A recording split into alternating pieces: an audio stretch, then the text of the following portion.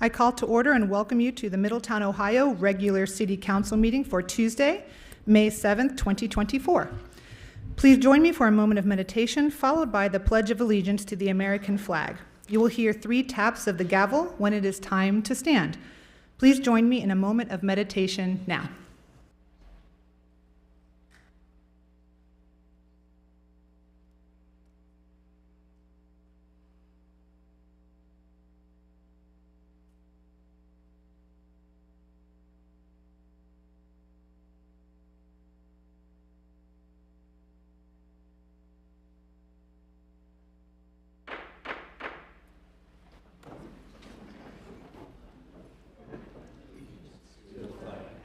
United States of America, and to the republic for which it stands, one nation, under God, indivisible, with liberty and justice for all.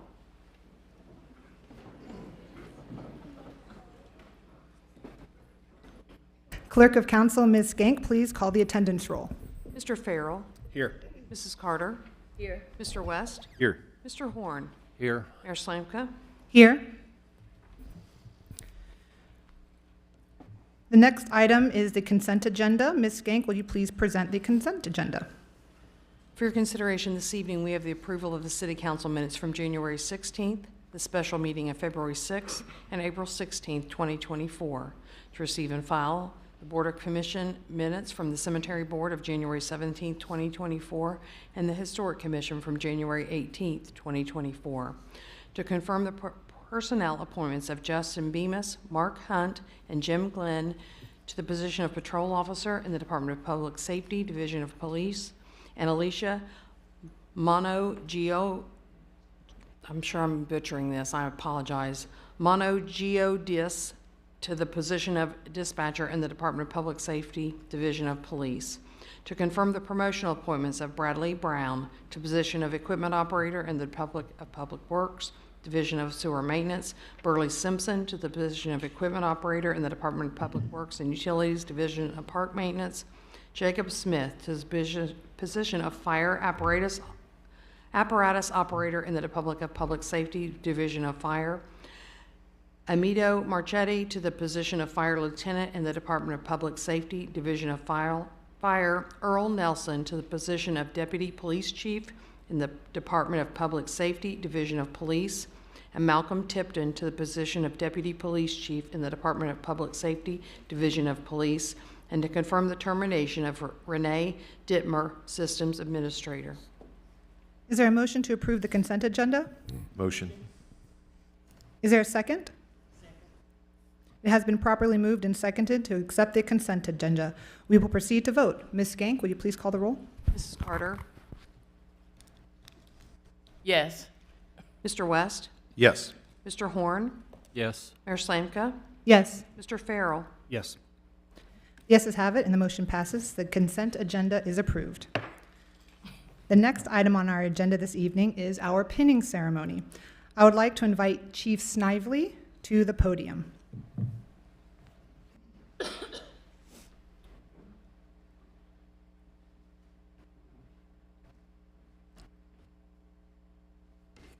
Good evening, Mayor, City Council. Thank you for giving me a few minutes tonight to bring up and introduce a new member of our leadership team. Tonight we're going to, AJ Marchetti is going to be pinned as lieutenant by his mother, Kathy. Go ahead and have AJ and his mother, Kathy, come up. Just have you hang right here for a second. AJ was born in Middletown, graduated from Fenwick High School in 2009, currently resides in Middletown.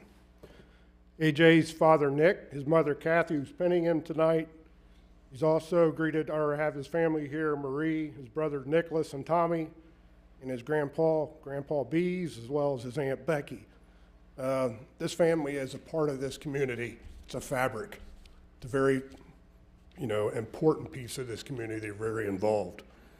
AJ was hired by Middletown in August 2016 after graduating from Butler Tech's fire program. AJ is a paramedic, a fire inspector. He holds many technical rescue certifications.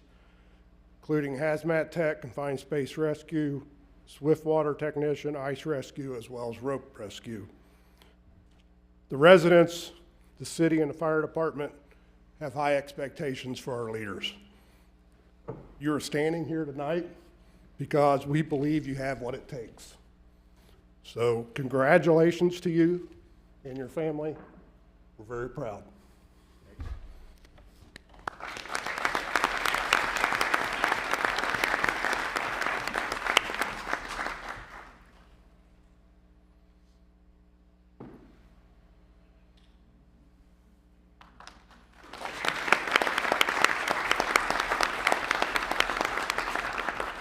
I just want to finish up by congratulating Malcolm and Earl tonight. Congratulations to both of you guys.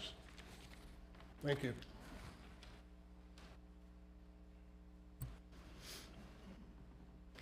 Next, I would like to invite Acting Police Chief Warwick to the podium.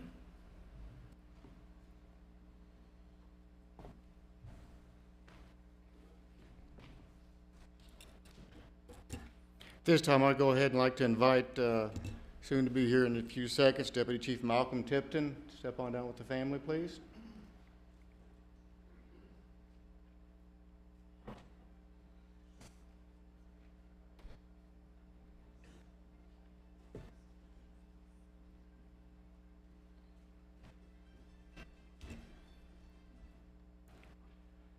Lieutenant Tipton, he was born and raised in Middletown, Ohio. He now resides in West Middletown with his wife and 3 children. He's a 16-year veteran with the Middletown Police Department. He achieved the rank of lieutenant in 2022. He has since served as the patrol commander. He graduated from Middletown High School in 2004. He then went to Butler Tech, where he graduated the police academy in 2007. He has then now since received a bachelor's degree in criminal justice from Norwich University. He has also overseen criminal investigations when he was a sergeant. He's been a field training officer. He's also served on the Honor Guard for the Middletown Police Department. He has also received the Medal of Honor, Meritorious Service Award. He has also been Officer of the Month Award, also the High Performance Award, and other several unit citations. He also has been heavily involved in the Middletown Youth Basketball Program, and he is currently overseeing the Youth Police Academy that we have going on within the city. At this time, Major Tipton, congratulations. Who would you like to do your penning? My daughter Lucy, but I believe Callahan and Sullivan will be coming up here as well.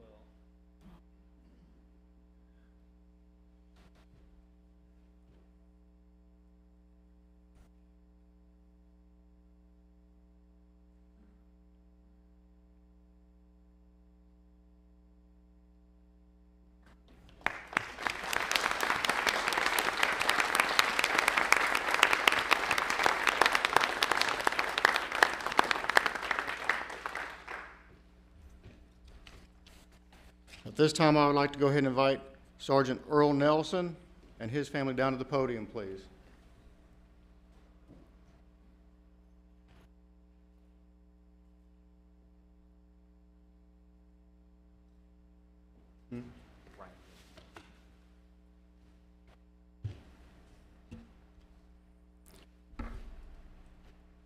Sergeant Nelson is a graduate of Mason County High School in Maysville, Kentucky. He is an 18-year veteran of the Middletown Division of Police. He is currently assigned the Criminal Investigation Sergeant. Sergeant Nelson has received his master's degree from Tiffin University in Criminal Justice. He is also a graduate of Southern Police Administration course. He has also been Officer of the Year in 2012, Butler County Officer of the Year 2012, and he's also been nominated and received Officer of the Month on 4 different occasions. Major Nelson, congratulations. Thank you. Would you like to do your thing?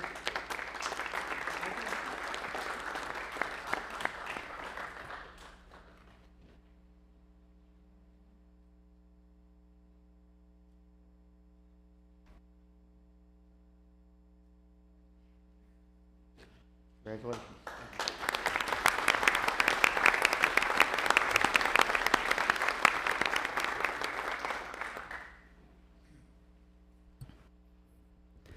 The next item on our agenda are our presentations and proclamations for both Correctional Officers Week and Police Week. I would like to welcome Acting Police Chief Warwick back to the podium, please. Deputy Chief Nelson, Deputy Chief Tipton, please.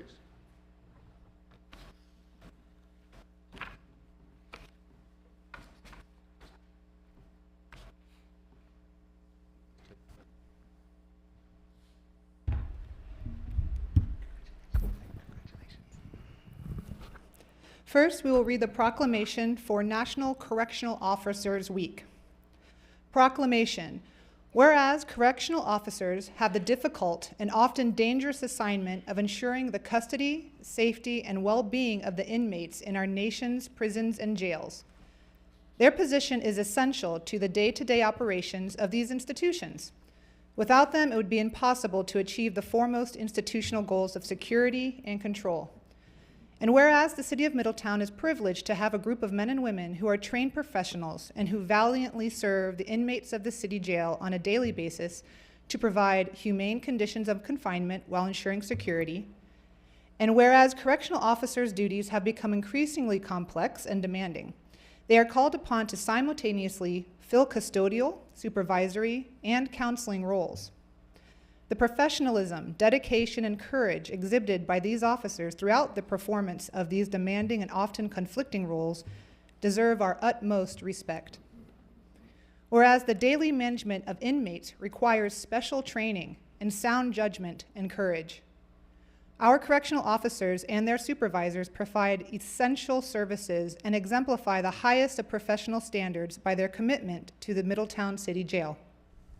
Now, therefore, I, Elizabeth Slamka, Mayor of the City of Middletown, Butler and Warren Counties, Ohio, deem it appropriate to honor the many contributions and accomplishments of these men and women who are a vital component of the field of corrections, and do hereby proclaim May 5th through 11th, 2024, as National Correctional Officers Week.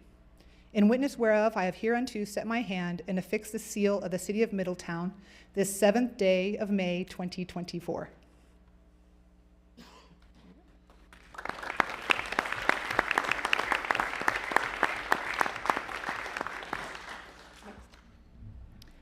Okay. The next proclamation is for National Police Week. Whereas there are more than 800,000 law enforcement officers serving in communities across the United States, including the dedicated members of the Middletown Division of Police. Since the first recorded death in 1786, more than 24,067 law enforcement officers in the United States have made the ultimate sacrifice and been killed in the line of duty. And whereas the names of these dedicated public servants are engraved on the walls of the National Law Enforcement Officers Memorial in Washington, D.C. This spring, 282 new names of fallen heroes are being added to the National Law Enforcement Officers Memorial, including 118 officers killed in 2023 and 164 officers killed in previous years. And whereas members of the Middletown Division of Police play an essential role in safeguarding the rights and freedoms of Middletown residents, it is important that all citizens know and understand the duties, responsibilities, hazards, and sacrifices of their law enforcement agency, and that members of our law enforcement agency recognize their duty to serve the people by safeguarding life and property. And whereas the men and women of the Middletown Division of Police diligently provide a vital public service and are continually making an impact on crime and citizen involvement. Now, therefore, I, Elizabeth Slamka, Mayor of the City of Middletown, Butler and Warren Counties, Ohio, publicly commend the service of law enforcement officers in our community and in communities across the nation, and do hereby proclaim May 10th through 17th, 2024, as National Police Week 2024. In witness whereof, I have hereunto set my hand and affixed the seal of the City of Middletown this 7th day of May 2024.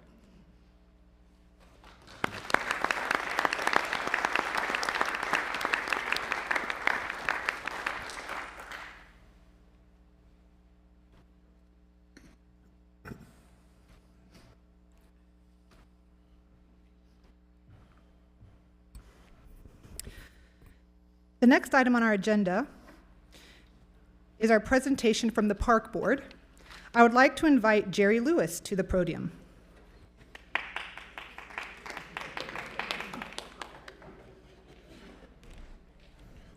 That was an exciting clap. Thank you.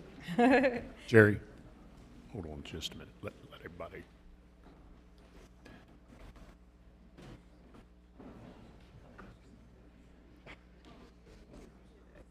We'll wait a few moments. Paul told me to wait till. That was exciting. That makes me calm down a little bit.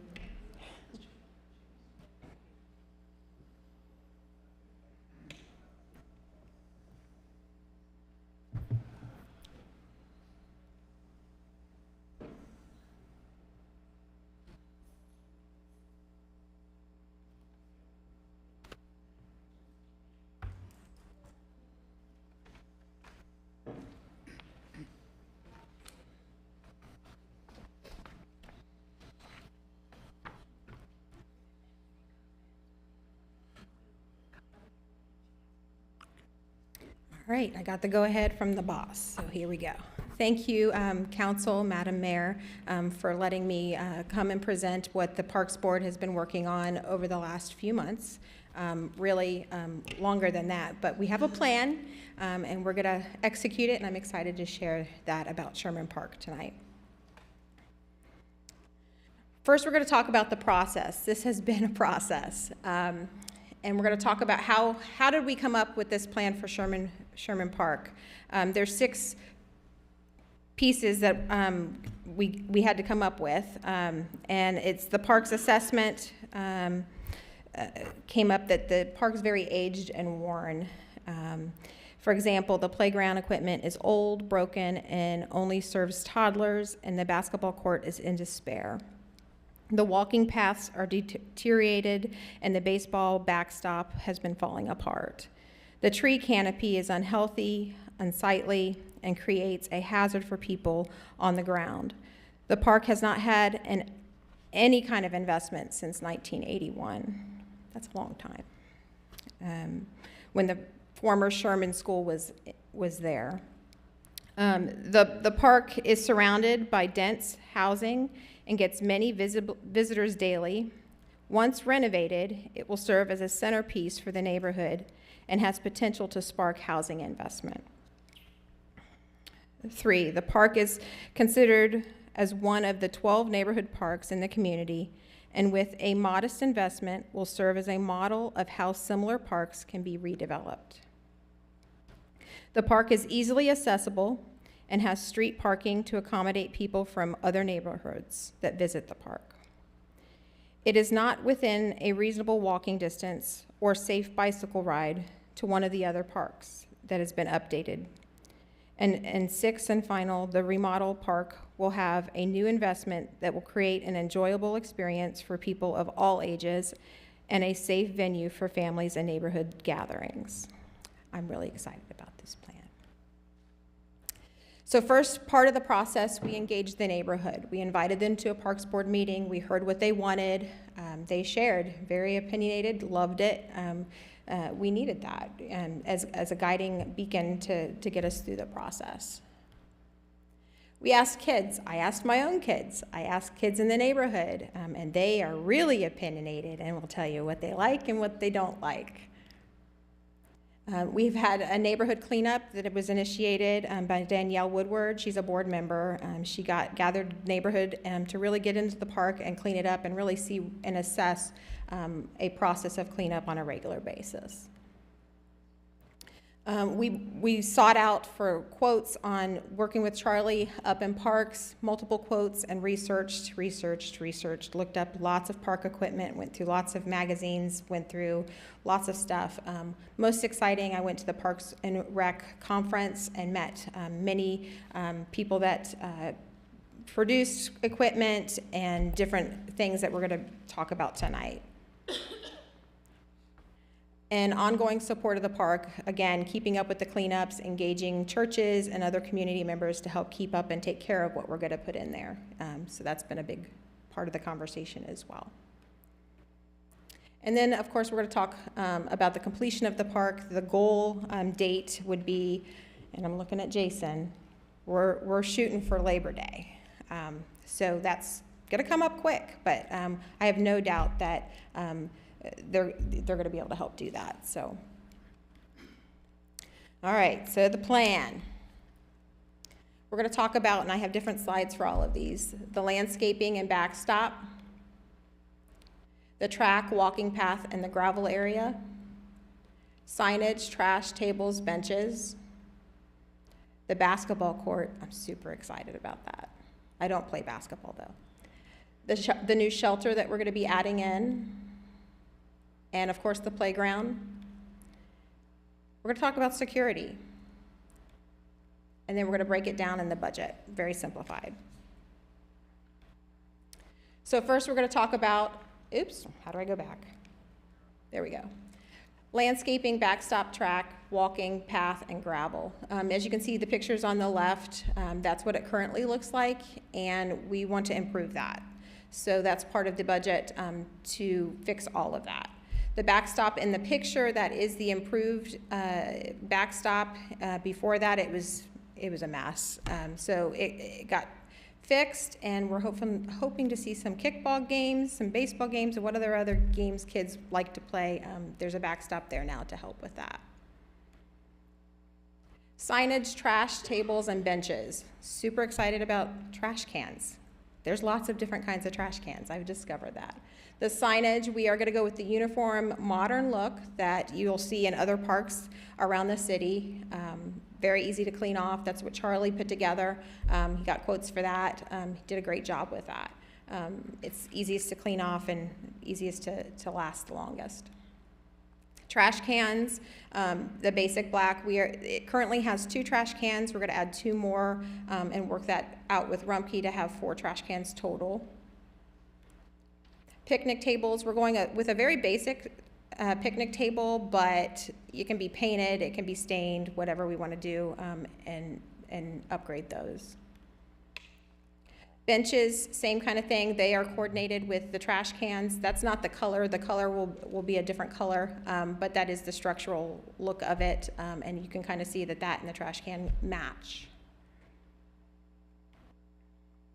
Basketball court, I'm most excited about this. We're going to go with the VersaCourt interlocking tile system. Provides an exceptional uniform and durable surface for intense play. So it's great when you land on it on your knees. It doesn't get as hot as asphalt or concrete.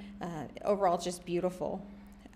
There's lots of different benefits to that, but all of those benefits to say this, there's a lifetime warranty on it. And so if a tile gets messed up, we can get it replaced as we go, and that alone was a great sell for it. And so Charlie did a really good job getting the quotes on that as well and locking that in. No pun intended.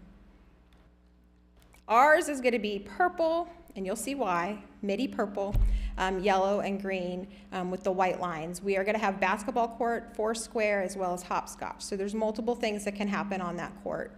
I'm super excited about that.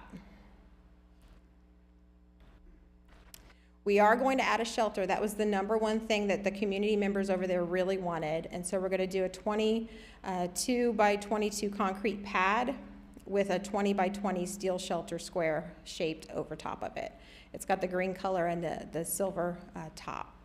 And it's steel for a steel city. Why not? And the playground. I'm super excited about this plan. Jason is here as well, and he's with Schneider Recreation and Bernanke, so he'll be able to answer questions that I might not have.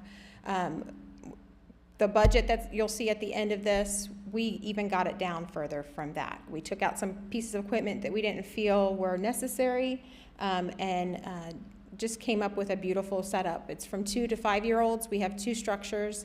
The bottom left picture, you can see the smaller ones for the 2 to 5-year-olds, and then the 5 to 12-year-olds on the larger one. You got the little spinner thing. That's not the technical term.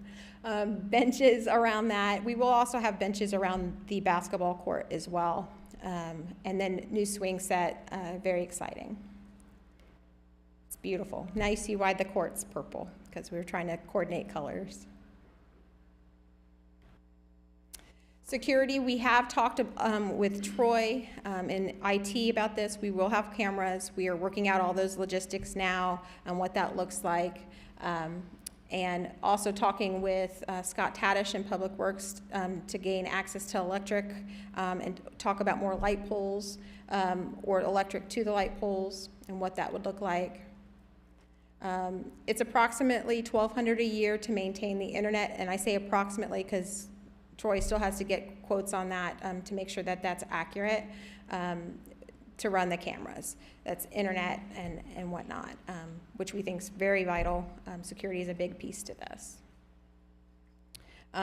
Questions from the Parks Board that we are working on getting answers to is who's going to maintain the camera footage, who has access, those kind of things are in conversation now within the Parks Board. And logistics will be discussed at the next Parks Board on all of that security stuff. So some decisions need to be made with the electric. They said today to me, it takes about 6 weeks to get and do what we need to do over there for that. So, which is good because we've got some time with the park equipment coming in. So the budget breakdown, it's even better than this. I even recalculated it today. You can see where the budget's going. The landscaping backstop, if you've driven over to Sherman lately, all of that's already been started, and it looks so good. It looks so much better than what it did. The track, walking paths, and the gravel, the removal of the old and the new paths install. Numbers speak. The signage, the trash tables, benches, all that's broken down there for you too. The basketball court came in at $39,700. The shelter, I believe the shelter we got down even more than that too. We got down to $55,000, so we saved on that as well. And then the playground, the board voted not to exceed the $220,000, but we actually, I'm super excited about this. We got it down to, let's see, I don't want to give you the wrong thing, so let me make sure I tell you the right thing. It's like 186. $186,230.35. That 35 cents, man. So that brings it down a total and gives us a better outcome, total dollar amount. And I thought I had that number. It's a lot less than 410. So it's closer to 360. When we're done, for the entire renovation of Sherman Park to completely transform that park. This is all great. A big thing, I think all of the Parks Board wanted to be good stewards with this money so that we can stretch it across to all parks, all the parks that we can. So I'm very excited. It's beautiful equipment. Yeah, that's all I got. Any questions? Yes, ma'am. No grills? We do have grills. Charlie said that we have some grills actually already that we can install over there that the city already owns. Right, okay. So, yeah. There are key points too that got brought up that aren't on the slide, items that we're gonna need to address the next Parks Board meeting. There is a water fountain that needs upgraded. There's talk about possible grant money that we can apply for specifically for water features like that. So we're gonna look into that in October. There's a concrete wall and steps along Sherman Avenue that we'd really like to remove. So we're looking and going to talk about that as well. We'd like to add a couple bike racks as well. With the money that we are saving, we will be able to add that into that. And then we talked a little bit about the cameras. We are working out logistics for that. And better lighting and things like that. So we're in conversations with where that comes from, how we're going to do that.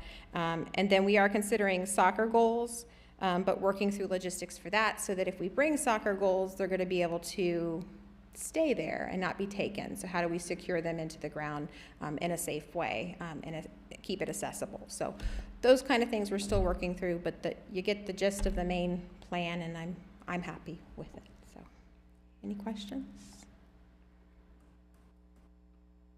No, that sounds like that's it. Thank you so much. That sounds wonderful. Thank you. Thank you.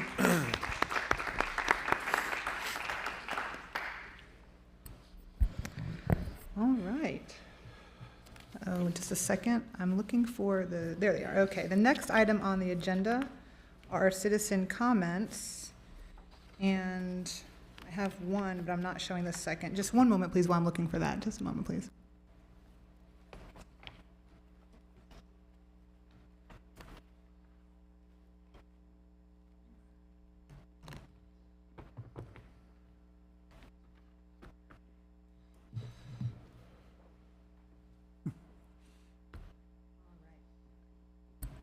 The next order of business is citizen comments.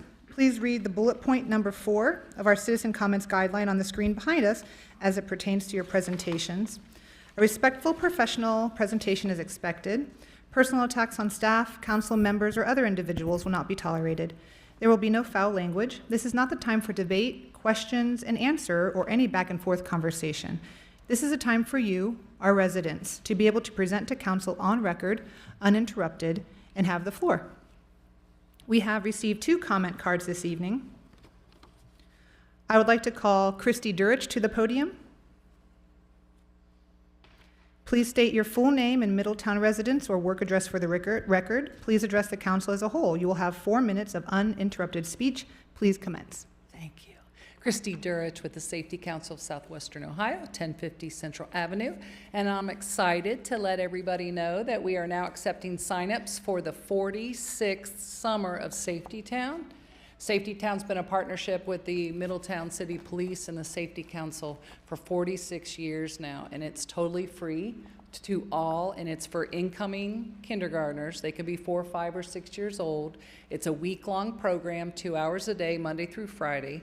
This year it's held at Mayfield, and we always say that we are planting the seed of safety. It really came about back in 1978 because there had been, I think, 5 kids that had gotten hurt going to and from school, and I think there even was a fatality, and so we wanted to teach our kids how to be safe on the bus, how to be safe when they're walking, how to be safe when they're in a car. We've since added gun safety, stranger safety, fire safety. They now take a bus ride to the police department, so they get to meet the police dogs and learn a little bit more about that. We do a little activity on, is it medicine or candy? So it's really making them aware of their surroundings, because sometimes this is the first time they're away from mom and dad going to school. So we're real proud to be involved in this program. It's totally supported by the community. The police pay for the officers' time, and then we hire some teenagers to work, all supported by sponsorships and donations. People that sponsor it can get their name on a house, on a car, or when we do t-shirts, on the back of the t-shirt. So at graduation, family, friends, and parents, grandparents come and see the child graduate. They get a free t-shirt, and we have Rolls-Royce pedal cars that they ride through town, and you can really pick up their habits of their parents sometimes. You see them, a little road rage going on, they're pretending they're on their phone. So I always remind parents that those kids are gonna be driving real cars in 10 years, and they best do a better job at demonstrating safe driving. So anybody, you can go to our website and download a flyer. It has all the different times, then you can go ahead and sign up right then too. And I'll leave some in case anybody has any youngins that it's time for Safety Town. Thank you. Thank you. Next, I would like to call Erica Collins to the podium. Please state your full name and Middletown residence or work address for the record. Please address the council as a whole. You will have 4 minutes of uninterrupted speech. Please commence. Hello, thank you, Madam Mayor and City Council. My name is Erica Collins. My business address is 1014 North University Boulevard. I would like to address an issue I feel the city must greatly improve. My next door neighbors are separated and supposedly, eventually, may be going through a divorce. The past several years, they have purchased the home. Their bushes have encroached upon my property 6 to 8 feet. They told me last year they would trim the bushes and did not. They now pose a risk when backing out of my driveway of scraping my car with the branches. Neither of them is taking responsibility to trim the bushes, even though they state both their names are on the property. When I called the city last week, the code department said there is nothing they can do because it's private property. They told me I could trim them myself, call the police, and or file a civil lawsuit. Currently, I have torn ligaments in both wrists and ganglion cyst to boot, nor do I have the finances to trim their bushes to keep them up to code, nor should I have to. I called the police, they came out, spoke with myself and my neighbor. The police stated that the neighbor was not going to comply and that there is no consequence. And regarding filing a civil suit, unfortunately, since winning my civil case against Amy Vittori Kimmener, where she broke several federal and state wage and hour laws, and also for breach of contract to the tune of over $70K and counting, she has yet to pay me one dime towards the judgment, and yet is living in a multi-million-dollar mansion in Loveland while still renting her commercial spaces downtown with liens on her property and back taxes unpaid. So taking these neighbors to court to get the bushes trimmed to code is not a reliable option. My question to the city is, why don't we have a protocol in place like other cities such as Trenton? In other cities, if a neighbor is not up to code on private property, a letter is sent to the homeowner giving them time to correct the situation. If that situation isn't corrected in a timely manner, the city itself will go in and do the work and then bill the charges directly to that homeowner's water bill. As a homeowner and local business owner, our taxes have skyrocketed while our financial infrastructure is still in a greatly depressed economy.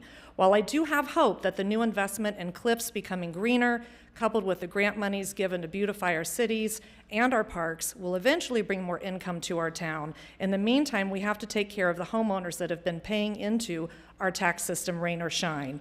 How are you going to keep our properties within code enforcement and take care of your taxpayers, such as myself, by implementing an easily enforceable protocol, such as our surrounding cities, to make homeowners accountable and code enforced? Thank you for your time. Thank you. Paul, I had a question on that. So is there anything in our ordinance where, I get where, backyards, adjoining properties, things like that, but is there anything in this particular example where there's something that obstructs view on the street that could be an infraction? Right now, the bushes are about 20 foot high and 15 foot wide. Yeah, because that's kind of an issue on some intersections. I know in my neighborhood, there's some that you can't see and you got to pull way out past the stop sign to see if any car, but I was curious in that particular instance, if there's anything for obstructing view of traffic specifically. I'm not aware myself of anything right off the bat. Unfortunately, Development Services staff is away at a conference in Columbus today. I will certainly get the answer to that. Okay. I don't want to say and not have the correct answer. Okay. Let me make sure I get your contact information, and I'll follow up and get counsel and answer first thing in the morning. Thank you so much. Thank you, I appreciate it. Thank you. Yes, and I will also make sure that I follow up with you during our next meeting. Okay, so this concludes council comments. The next agenda item is, that concludes citizen comments. The next agenda item is council comments. We will begin to my left with Council Member Farrell, followed by Council Member Carter, then to my right with Council Member West, followed by Council Member Horn. I will speak last. Mr. Farrell? Thanks, Mayor. A few things. I guess there's so many people to congratulate tonight. I feel like I'll just say congratulations, everyone. It's cool to see all the people that are moving up in the ranks and the amount of people we're bringing in. It's exciting. We've got the past here, and then we've got the present moving up in the future. So that's exciting. I just want to give really a heartfelt thank you to Jerry and all the park board members. I know Steve, Dave, Matt, we've spent hours on the phone talking about how do we spend this money. You guys really have gone above and beyond being on a board and commission, in my opinion. You guys have, the impact you're given to your community is going to live on forever, so that you guys should be really proud.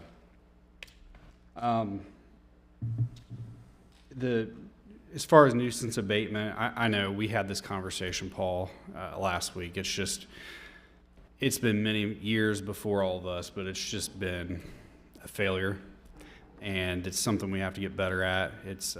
I remember former Councilman Meterspall and I having a meeting at the Swire probably 2 years ago, and we told people we get better at it, and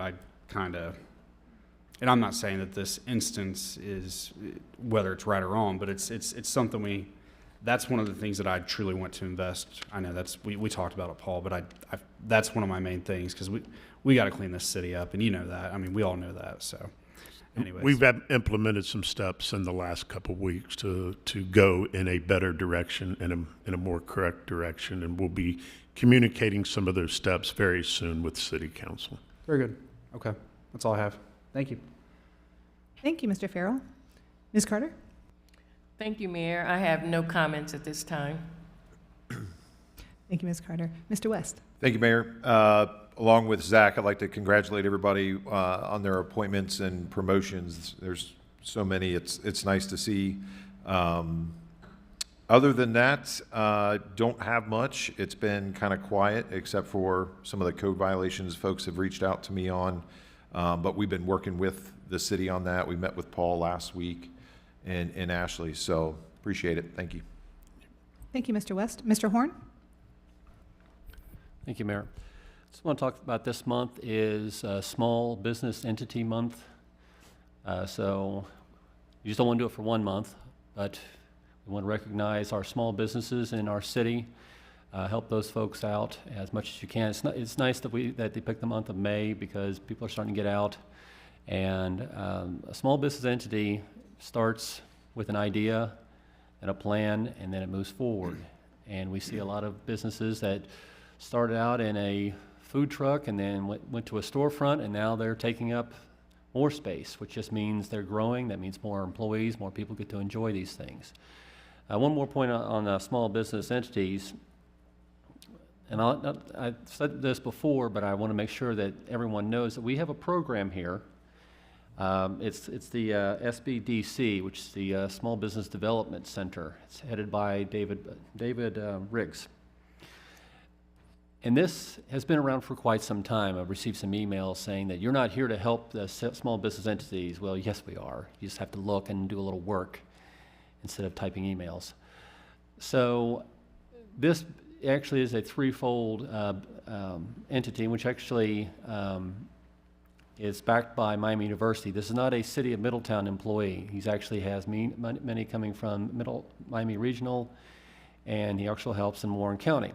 But what this particular way it can help is, if you're trying to start a business, he'll help with the education portion of this. This is not for the money side of this. This is where he can help you develop, know some ideas on how to grow your business, all of the things that you need with your business, all the documents, certifications, and legal items that you need.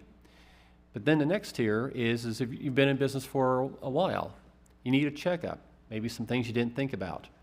Again, David can help you out. And then the last tier is you've grown your business, but now you need a little help because you need more space, you need equipment, so you can bring more employees. Again, you have to go through the SBDC to get any grants from the City of Middletown. So he can help you with this, take you through the steps. So we see here that Middletown is very much invested in the small business entities, and we even has an education program. The reason I can say it's been here for a while, when I started my business, which was 12, 13 years ago, and it already had a decade in, it was called BizTech. And they actually had an office here and an office in Hamilton, and it helped me. It just helps you kind of think of all the things that you need that has nothing to do with what you do as a business. It's all the legal things that you need. So we see here that our city is invested in Small Business Entity Month, which is May. But also, if you have a small business and you need a little help, just contact David Riggs at the SBDC, and he'd be more than happy to take the time to help you. Yield to you, Mayor. Thank you, Mr. Horn. And I have several comments. There's been a lot going on the last 3 weeks, a lot happening and coming up for the summer. And I want to just add something. Also, I'm going to be speaking about the SBDC briefly tonight as well. And they also help people to, I believe, even purchase other businesses, like if they're looking to buy a business. So if you need any help and you want to buy an existing business, you can also go there and they can offer some help as well. So just to start, Wednesday, April 17th, I was able to attend the cemetery board meeting. The cemetery board oversees only one cemetery in Middletown, and that is our Middletown Historical Pioneer Cemetery, located on the 1600 block of First Avenue, right by the Denny Lumber Company. Opened in 1827, many of Middletown's founding families are buried there. It was a fascinating meeting. And if you would like to learn about that vault that's there, why it was built, and what it was used for, please contact our cemetery board or attend a meeting. Meetings are the third Wednesday of every third month, and that means the next meeting will be Wednesday, July 17th at 5 p.m. on the third floor of the City Building in Conference Room 3C. On Thursday, April 18th, I was invited to present at a Kiwanis meeting. The Kiwanis Club of Middletown, Ohio is a group of volunteers dedicated to serving the children of Middletown and surrounding communities. The group is responsible for many fun and entertaining activities throughout the year, including the Pancake Breakfast every November and the Imagination Library Book Around Middletown race in March. Kiwanis Club would like you to know that they sponsor 3 key clubs in area high schools, including Madison, Middletown, and Bishop Fenwick. Plus, they have a K-Kids group at Amanda Elementary School, which teaches children how to give service in their community. The Kiwanis Club of Middletown is also awarding 6 college scholarships this year to area high school seniors. And for more information about the Kiwanis Club of Middletown, please visit their Facebook page at Middletown Kiwanis Club.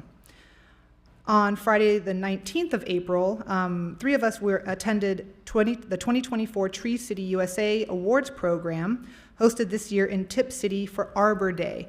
Middletown was honored for being a Tree City USA for 17 years, I believe, and for our 6th year as a growth city. Also, they had a tree planting in the county where they're going to be planting 1 tree for every single county, so it's 88 trees in Ohio. On Saturday, April 20th, we had our first trash bash in Middletown. It was a huge success. We are looking to do more in the community. It was so successful that we actually had to shut down one of the locations a little bit early, and even then it was still like going through the lines by 1:30 an hour after we had officially closed. So we're looking forward to doing more of that. On Tuesday, April 23rd, I was invited to present to the Rotary Club. The Rotary Club of Middletown is celebrating over 90 years of service to community and the world. This meeting was held at Cleveland Cliffs, where we also had a nice Cleveland Cliffs update from plant manager David Reinhold. And the Rotary means connection and community. I will be mentioning them again in a moment. Also on April 23rd, our Middletown 7th graders were welcomed to the City Building, where they learned about what goes on here and how cities work. They learned that there are many ways to get involved with your community and give back, that service keeps us happy and fulfilled, and that this is a duty worth committing to. Our Assistant City Manager Nathan Cahill also presented on the 2nd floor. On Thursday, April 25th, the Fry Steel Company had their ribbon cutting for their 2nd location here in Middletown, located on Hook Drive right off of Carmody, where it kind of turns, right off of Carmody. The newly renovated building and the landscaping are gorgeous. Founded in 1948 and headquartered in Santa Fe Springs, California, Fry Steel is looking for ways to partner with our city, and we are thrilled they chose Middletown as their 2nd location. On Thursday, April 25th, Middletown Connect hosted a Health Improvement Partners bus ride in the area we refer to as the Amanda neighborhood, which is in South Middletown next to Cleveland Cliffs. The ride was eye-opening and informative and spurred excellent feedback from the residents. Middletown Connect and the City of Middletown are a great team and have created an excellent way to encourage communication with city staff, elected officials, and our residents. Friday, April 26th, was the NAACP's Scholarship Fundraiser and Freedom Fund Gala here in downtown Middletown at the Pendleton Arts Center. The NAACP, or National Association for the Advancement of Colored People, was established in 1909 and is America's oldest and largest civil rights organization. The keynote speaker of the event was Mr. Curtis Fuller, on-air personality of WLWT-TV in Cincinnati, who gave a very moving talk. The 2 2024 Lewis F. Cox Scholarship winners were Olivia Darmani and Middletown's own Malaje Calhoun. It was a beautiful evening of celebration, fun, good food, good music, and friends. Keep Middletown Beautiful's event, Clean Up Middletown, was a success this year on Saturday, April 27th. For more information on how to be involved with Keep Middletown Beautiful, please visit their website at keepmiddletownbeautiful.org. Also on Saturday, April 27th, we planted a Kentucky coffee tree in Smith Park for Arbor Day. Jerry Lewis has informed me that there are no coffee beans coming from this tree, however. It will grow to be between 40 and 60 feet tall. So when you go to Smith Park, please do visit our newest tree and be sure to be gentle around it. Do not touch it and do not step on the mulch around it. On Monday, April 29th, our local Small Business Development Center, or SBDC, like Mr. Horn was speaking of, was selected out of 23 SBDCs statewide as the winner of the SBDC Excellence and Innovation Center Award. We are very proud of our director, David Riggs, and his team. Friday, May 3rd, was the ribbon cutting for Primetime Fieldhouse. If you have not yet been, this is a must visit. It is a sports complex for the entire family. Schools and teams have indoor practice space for things like tennis, baseball, softball, dance teams, winter guard. There's a wrestling room, you can practice martial arts. There's an indoor soccer field, you can practice lacrosse, and more. Outside, there's miniature golf for only $5 for 18 holes. There are benches, U-ball, and beanbag toss. There are pickup soccer games for adults on Tuesdays and Thursdays.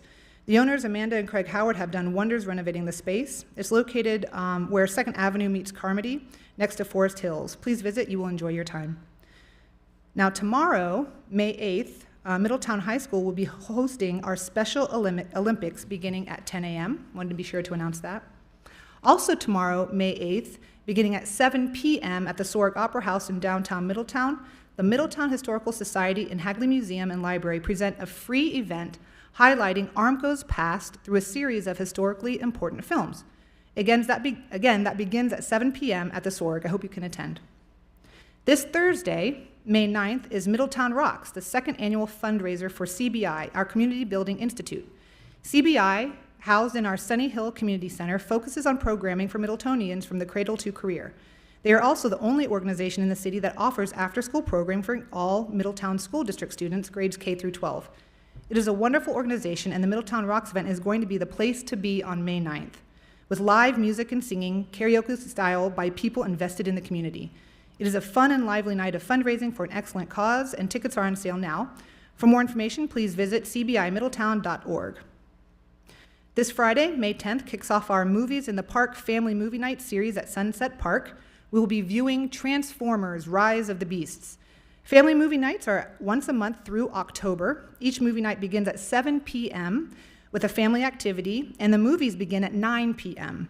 Movies are free to all in the community. There will be a food truck set up at each for a charge, and community partners will provide free snacks during the movies as well.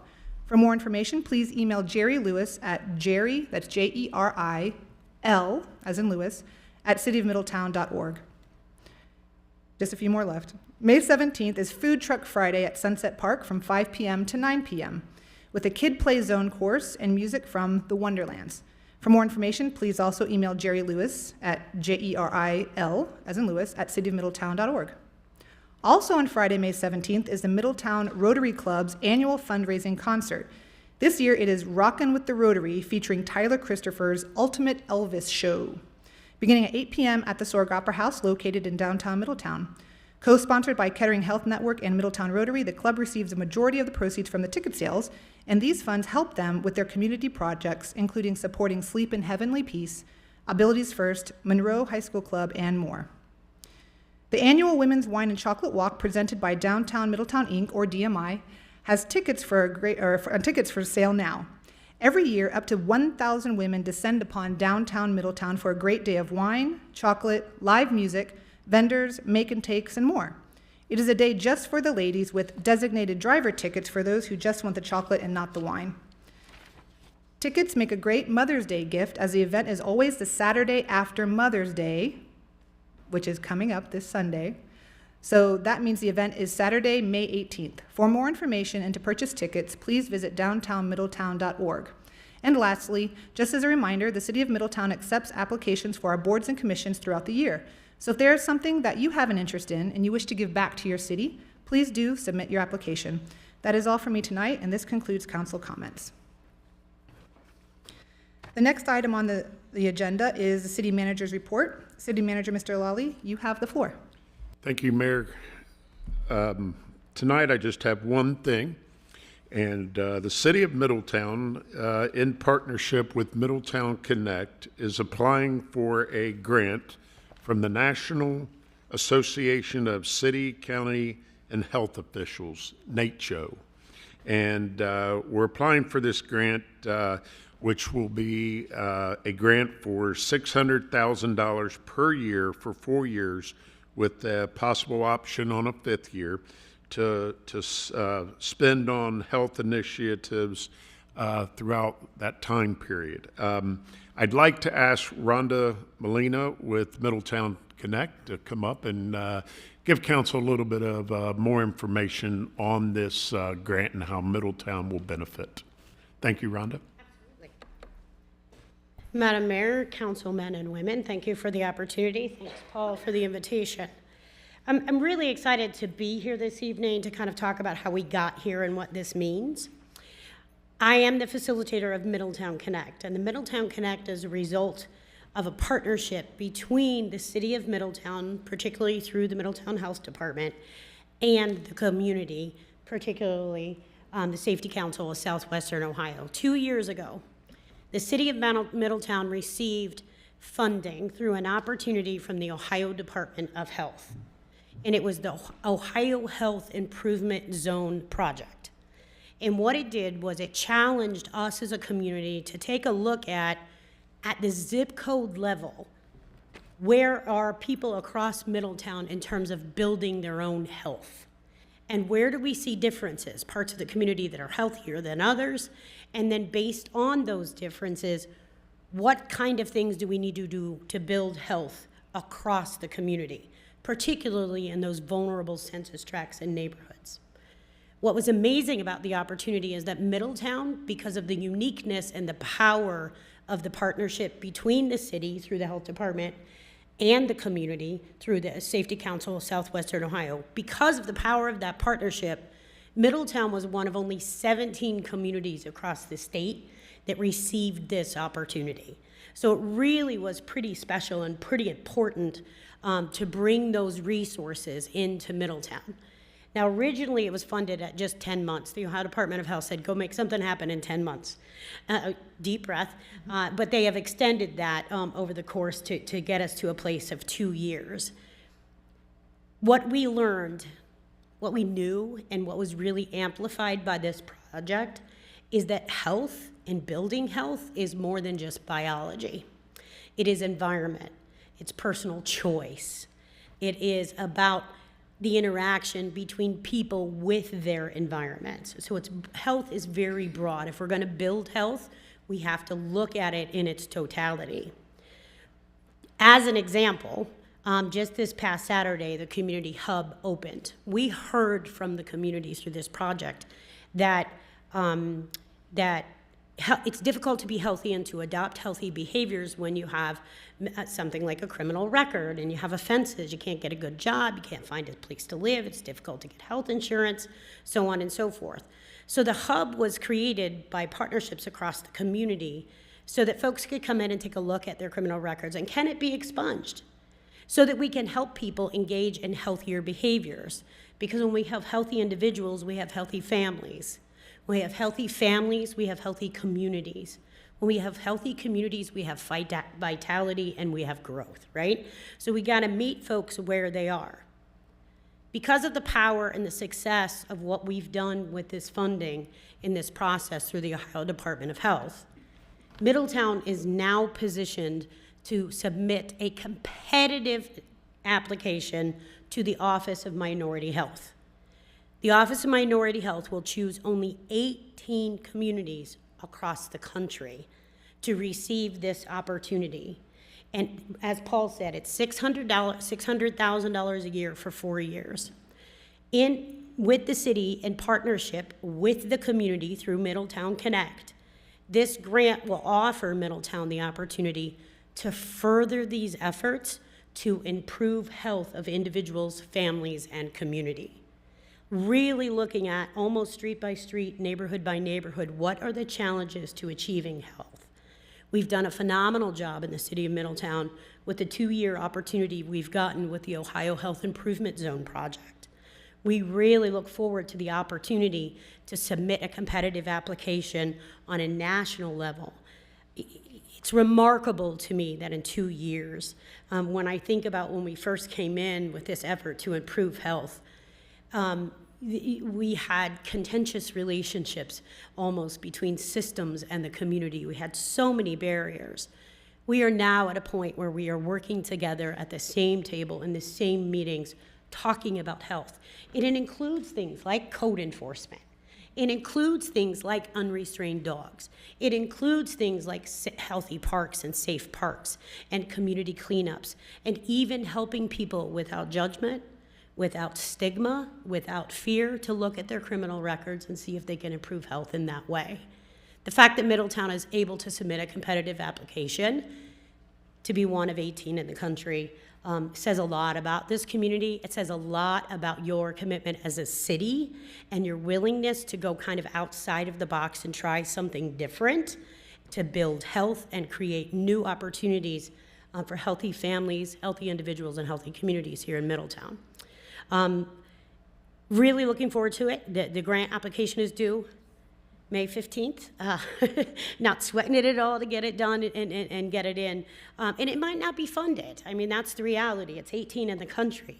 But just the fact that Middletown is positioned because of this partnership over the past 2 years to receive this, to be competitive, it says a lot about this community and how proud city leadership, system leadership, and community residents should be for the work they've done over the past 2 years. Any questions? Once submitted on May 15th, when would we be able to hear back? Yeah. Processes run long, so it will be a couple of months. I would not expect to hear anything before our early August. So it'll be a couple of months. Any other questions?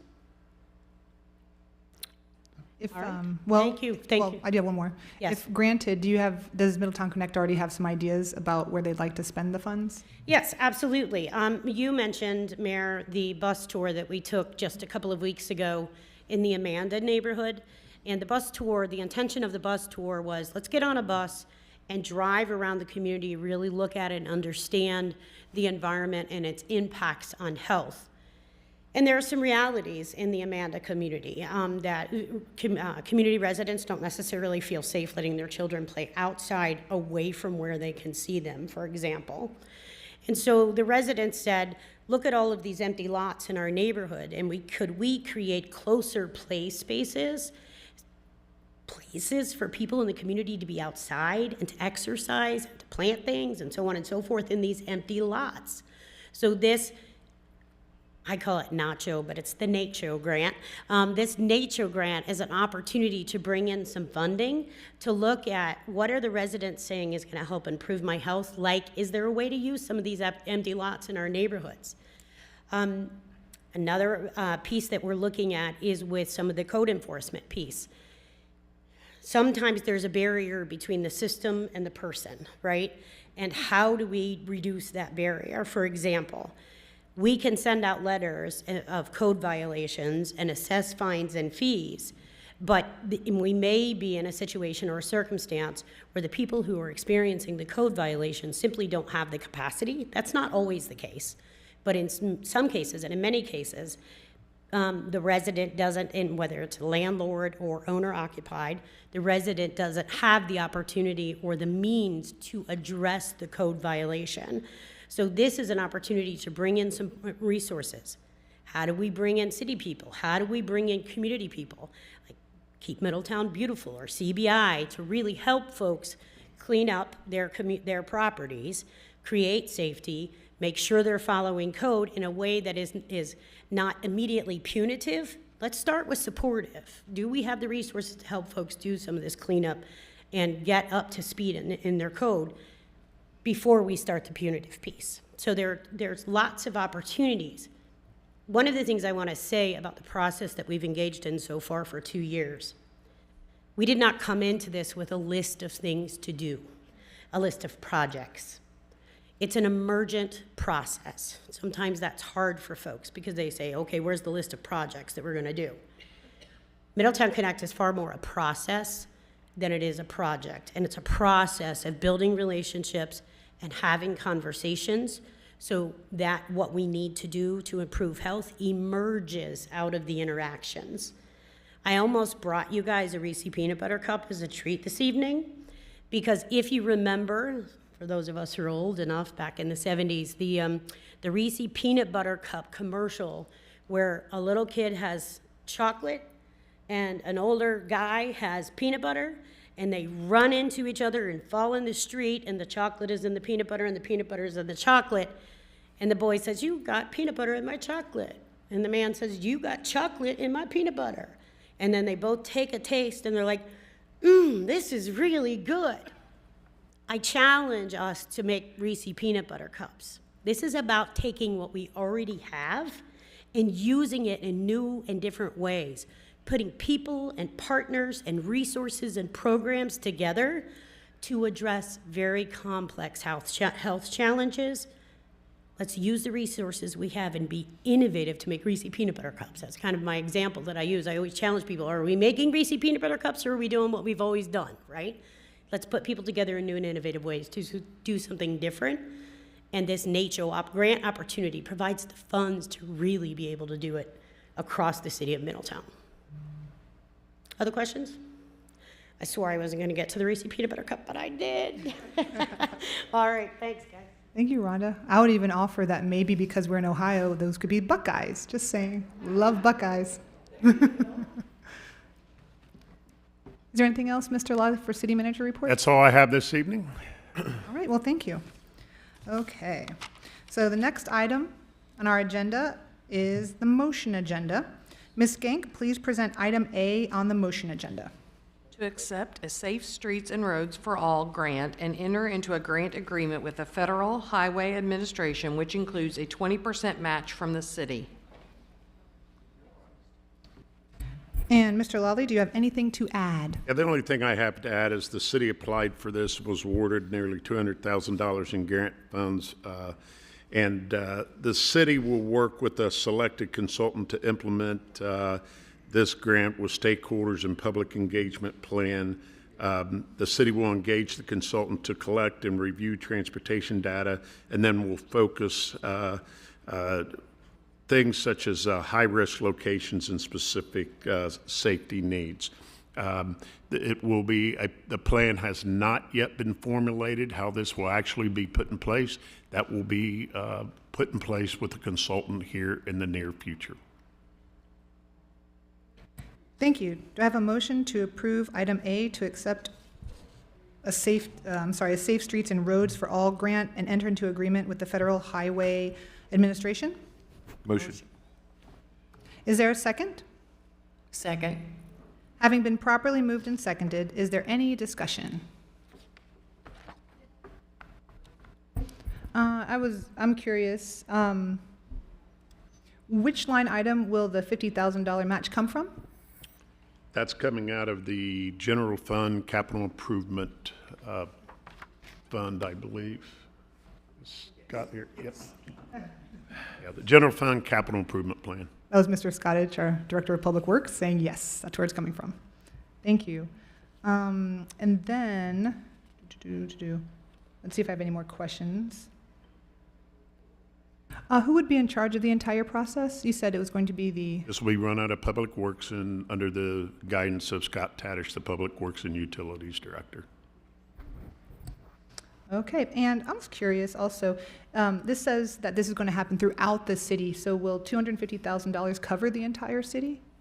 Well, it will cover what the plan going forward has enough to do, depending on what they identify as priorities. And Mr. Tadich was saying, yes, it's going to cover the whole city, so, okay. But not everything. You know, it'll cover the whole city, but depending on what plan they put forward,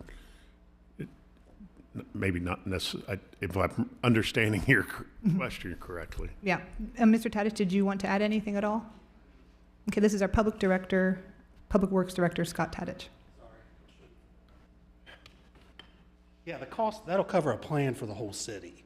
And then we'll look at implementation with other grant funding opportunities in the future, so. Okay, fantastic. That's exciting. Thank you, Mr. Tadich. Is there any further discussion? Okay. Hearing none, we will proceed to vote. Ms. Gank, please call the roll.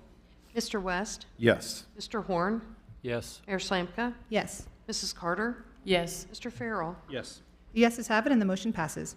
Ms. Gank, please present item B on the motion agenda. To approve a 5-year contract with Crown Castle to provide 4 10G fiber circuits to the new fire stations at a cost of $331,500 over the term of the contract. Thank you. Mr. Lally, do you have anything to add? I don't have anything to add. It is what it is. This is just to cover the fiber connections in our new fire stations. Okay, thank you. Do I have a motion to approve item A, to approve a 5-year contract with Crown Castle to provide for 10G fiber circuits to the new fire stations? Motion. Is there a second? Second. Having been properly moved and seconded, is there any discussion? My question is not so much for Crown Castle or the fire stations. It's under the term of contract. Okay, so for 5 years, it's $331,500. And I have concerns about other contracts we get into. I'm coming from a world of when it's bid day and you're the winning contract, that's your number. That's it. So we have 5 years here. Is there verbiage in this contract that says in 2 years, if inflation goes up to 15%, that it's now a higher number? Troy? Troy Anderton from IT. Council, there is no verbiage in that. These are purchased off of the state term. Those prices are locked for the entire duration of the 5-year term. So there is no capability for Crown Castle to raise the cost. Okay. That helps me for future questions down the road or emails I want to type, because I have some We concerns. don't normally take 5-year terms, but again, this is a fiber build. They're doing it almost at no cost other than the cost. Again, this is not about I want the fire stations to have the 10G. I want Crown Castle to be provided. My question, that's why I'm putting it out here, is contract, the word contract, and a number. Yes. And that number that's the number for 5 years, regardless of what happens for the next 1 to 5 years. That's correct.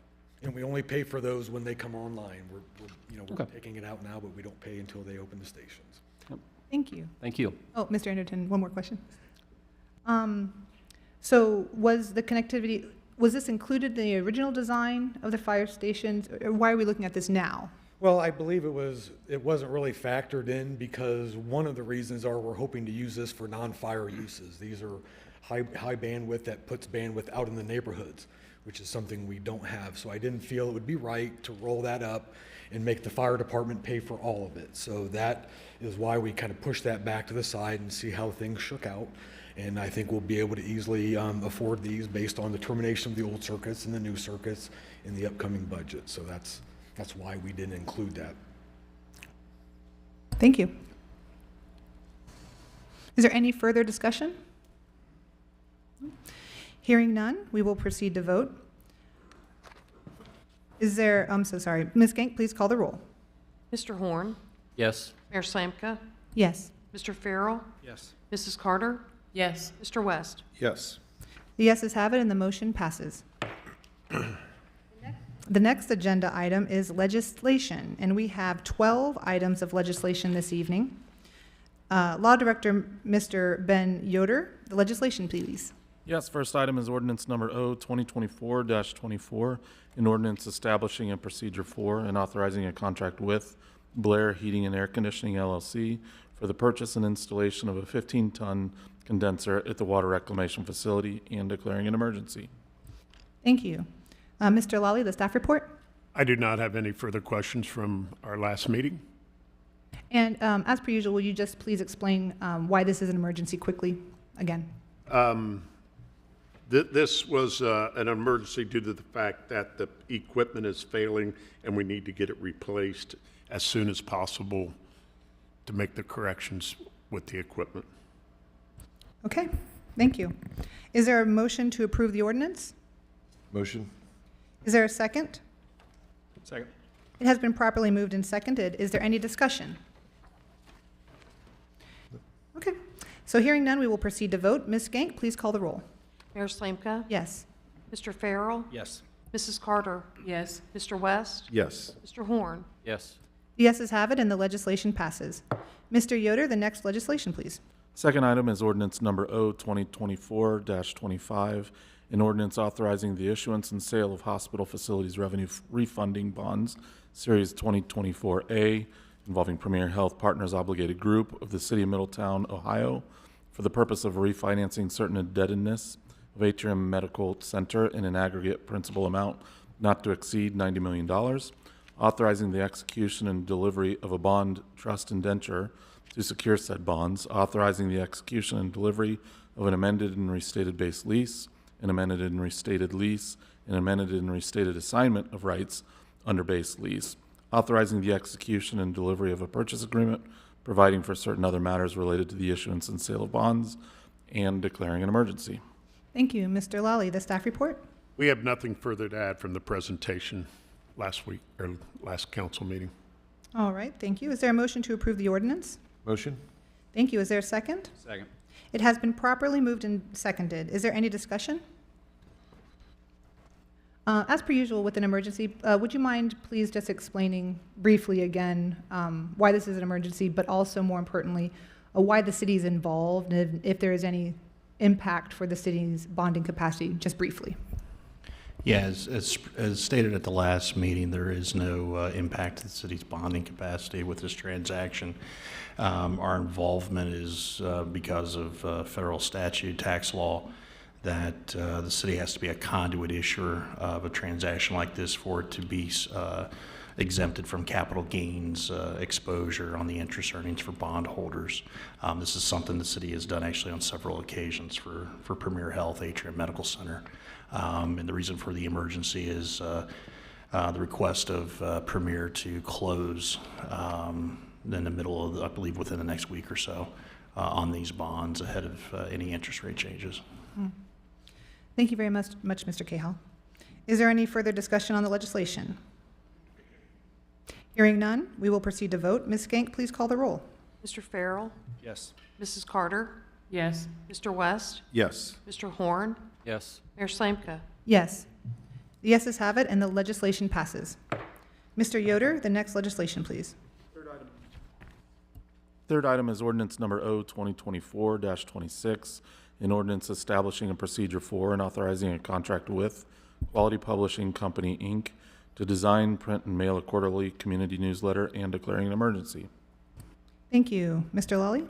Yes, council, just a reminder from last council meeting, this is a newsletter for 4 issues over a 1-year period in the amount of $56,953.20. And the purpose for this as an emergency is a time issue where we want to be able to get the newsletter out as soon as possible here in late spring, early summer, with the number of events we have going on that we can inform the community about. Thank you. Is there a motion to approve the ordinance? Motion?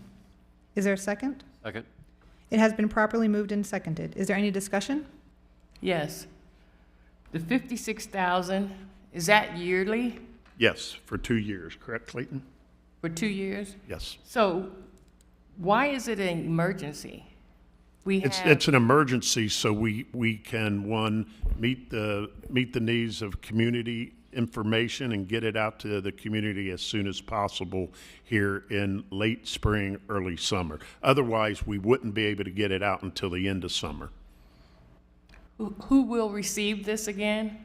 It will go out to nearly 18,000 households that have the possibility of other people in the household being touched by that. We also will put it on our digital capabilities online on our webpage, and we also will do about 2,000 copies of this spread around the city in coffee shops and restaurants.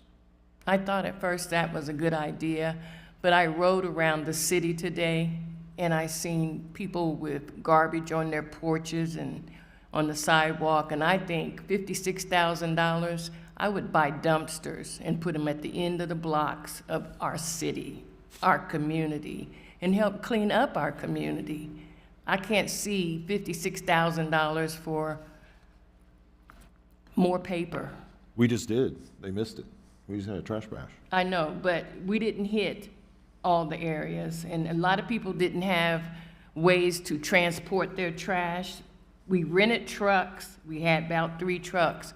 But if you get in your vehicle and you ride downtown, all up Baltimore, Garfield, out in the Amanda District, $56,000, we could buy many dumpsters and put them at the end of the block and let people carry the things off their porch. It's a mess. Our city's a mess.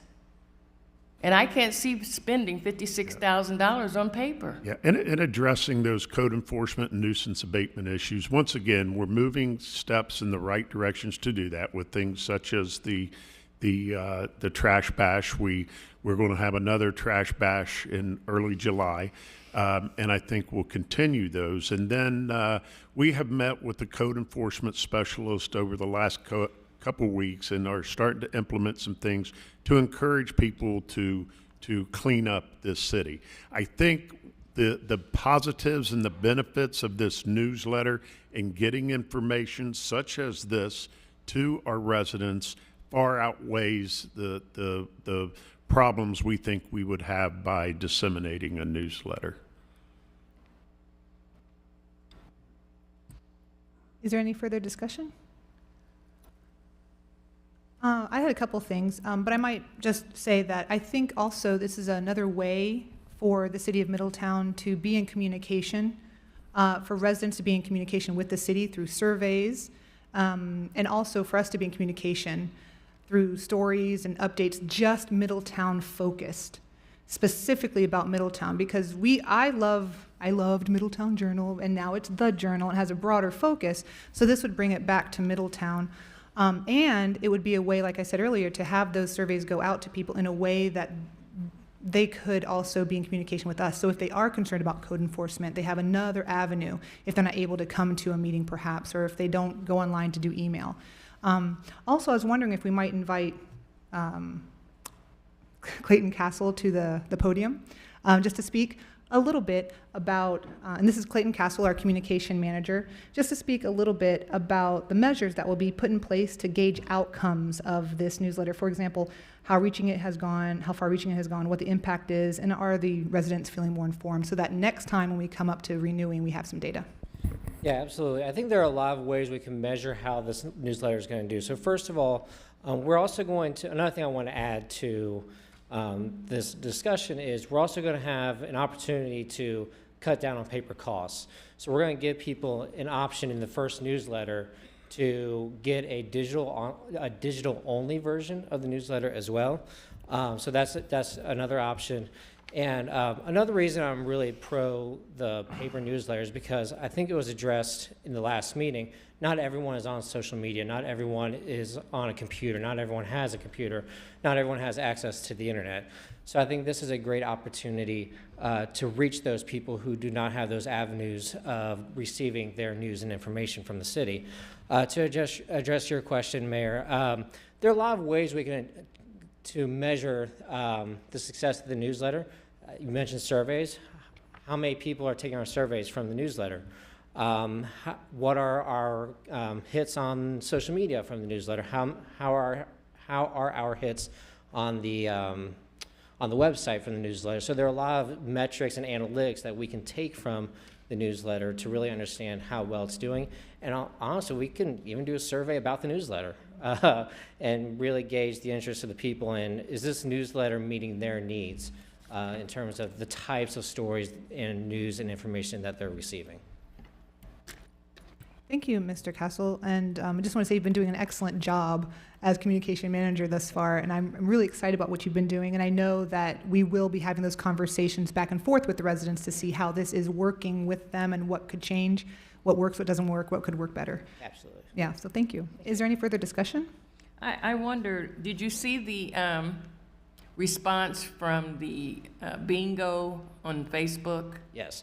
We are in the process of mitigating that. We are actually going to create more bingo cards, and we are going to include as many businesses that want to participate. We have an avenue for people to reach out to the city and say, we want to be included in the next batch of bingo cards. So we're trying to be more inclusive of all the businesses that want to be included in this effort, because we ultimately want to support all small businesses. And we want to communicate that to the residents and to the business owners that we're not just for this business or that business, we're for all businesses in Middletown. What kind of news? Where will you get your news? We're going to get our news from talking to the people. We're going to go out. I'm going to go out. I'm going to talk to residents. I'm going to gauge other people who are active in the community, people from Middletown Connect, for instance, and see what they're hearing. And we're going to gauge all communities in order to reach every corner of the city. Because I don't want to just tell news about downtown or just tell news about the East End. We're going to try our best to tell news and information about all corners of Middletown. And we've been encouraging groups to send in. Should we mention your email address or how they can send information? If you have any news or information, you can reach out to my email, claytonc@cityofmiddletown.org. We're encouraging groups, if you have events coming up, if you are really proud of something that's happened, go ahead and email Clayton Castle, our communication manager, because that could be newsworthy for our newsletter, something coming up that we might not even know about. So that would be one of the ways and avenues that we receive our information. Also, just could you touch base about what happened with the bingo? That's why Ms. Carter asked that question. So what happened was there was an idea within our economic development department to implement a kind of a strategy for Small Business Month, a social media strategy, kind of gauge engagement from the community and encourage people to go to our small businesses. So someone, intern in our economic development team, created these bingo cards using the MSBA, I believe, MSBA members, the Middletown Small Business Alliance members. I think there are about 75 of them, 200 of them.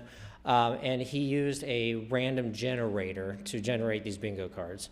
And obviously not all the businesses were hit, and it's something that we regret, but we also are trying to mitigate it. We're not just gonna ignore the concerns of the citizens. We want to reach out and to really promote the businesses that might have been left off, and by creating new bingo cards, because again, we want this to be a fun thing for the community to take part of, and we really want to promote those businesses.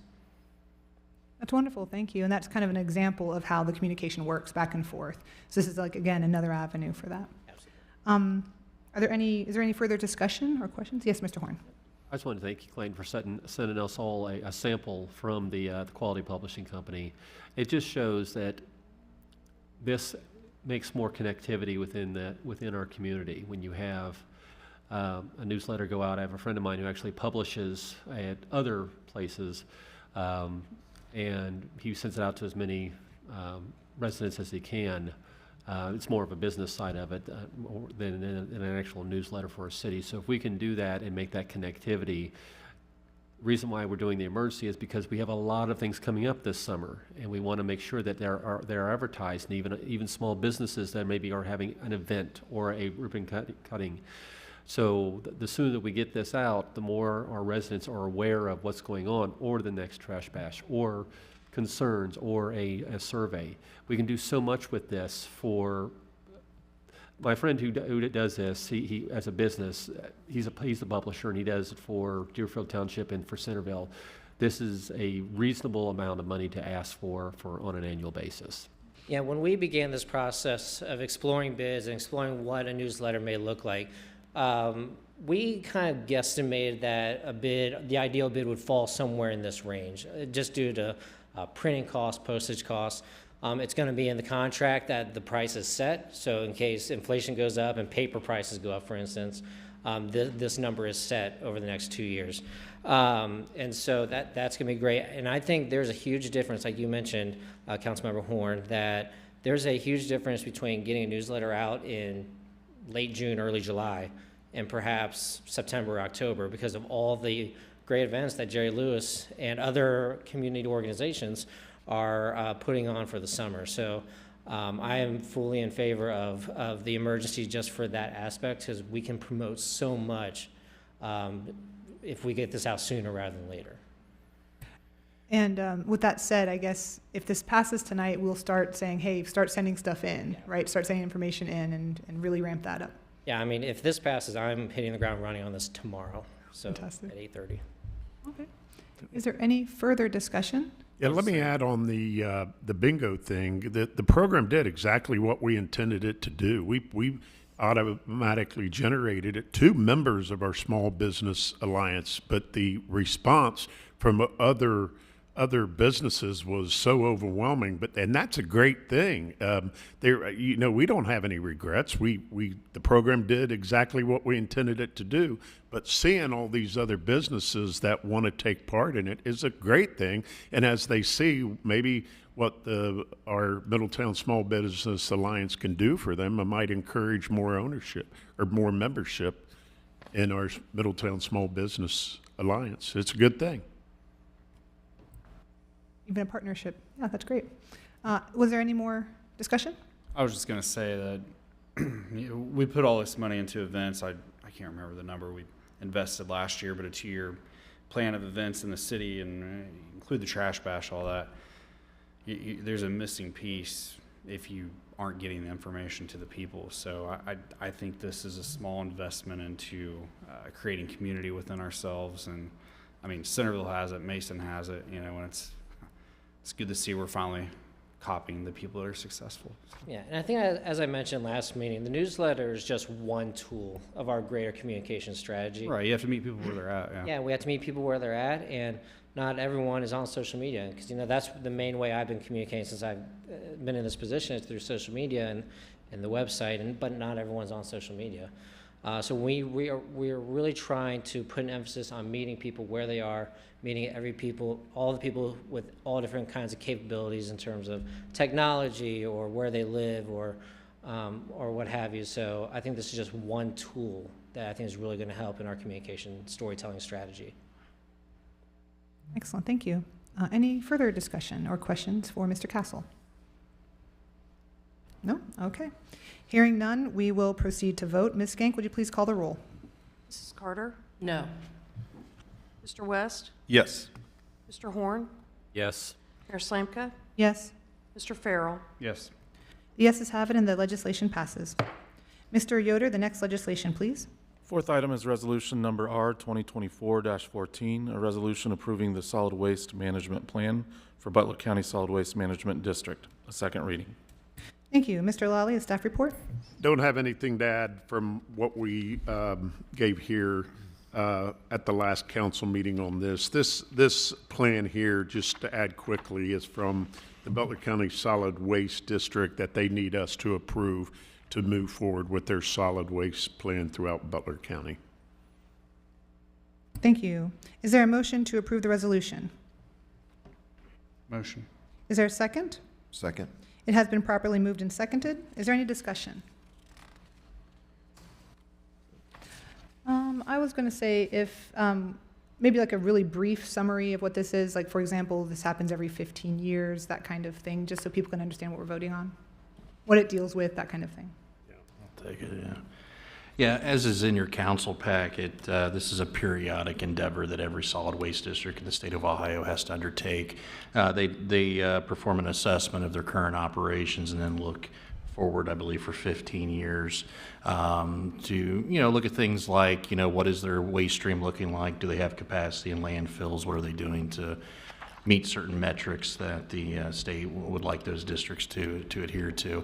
And that is then consolidated into a future plan, which then requires the ministerial approval of at least 60% of the political subdivisions within the county before they can check that box and send it off to the state. So with that, I'm happy to answer any other questions. Is there any specific impact to Middletown or any cost for our residents that will be different? Not in this case. This is a planning document for the solid waste district. Other than we could be a benefit of what their plan is at Exactly. the end of the day and how we fit into the solid waste disposal and the tracking of where those things need to be. Yes, and just for clarification, it also deals with recycling and things like that for the whole county. Any further discussion? Hearing none, we will proceed to vote. Ms. Skank, please call the roll. Mr. West? Yes. Mr. Horn? Yes. Mayor Slanka? Yes? Mrs. Carter? Yes. Mr. Farrell? Yes. The yeses have it, and the legislation passes. Mr. Yoder, the next piece of legislation, please. Fifth item is ordinance number O 2024-27, an ordinance authorizing an amendment to the American Rescue Plan Act Infusion Grant Program Agreement between the City of Middletown and Frontier Motors, Inc., a second reading. Thank you. Mr. Lawley, staff report? Yes, Council, this here is the ARPA Infusion Grant Amendment that was awarded to Frontier Motors. They have had a tough time getting to move forward in their renovation project of their facility over the last several months, but they're in a position now to ready to move forward and get this $85,000 plus renovation done to their facility, $25,000 of which will be paid by this grant. And essentially, they asked for this extension through July 31st, 2024, which they're confident they'll achieve because essentially they have to achieve it by this time or they won't be able to proceed with the grant. Thank you. Is there a motion to approve the ordinance? Motion. Thank you. Is there a second? Second. It has been properly moved and seconded. Is there any discussion? One question. I asked last time and no one really answered it. What's the delay? Is it weather? Is it materials? Have they told us? They were so busy, essentially they told us they had been very busy the last several months and just had a hard time getting contractors lined up and to be able to come in and get the project going. Oh, I'm good. Yeah. So I guess my question was kind of like, do we have any assurances that this will be completed on time? But basically, if it's not, they just lose the grant, Essentially, correct? the assurance is they have to move now or they would lose the grant. They would lose the ARPA infusion. And just for our knowledge, what kind of work is being proposed that they're doing? From what I see, a lot of it has to do with structural, roofing,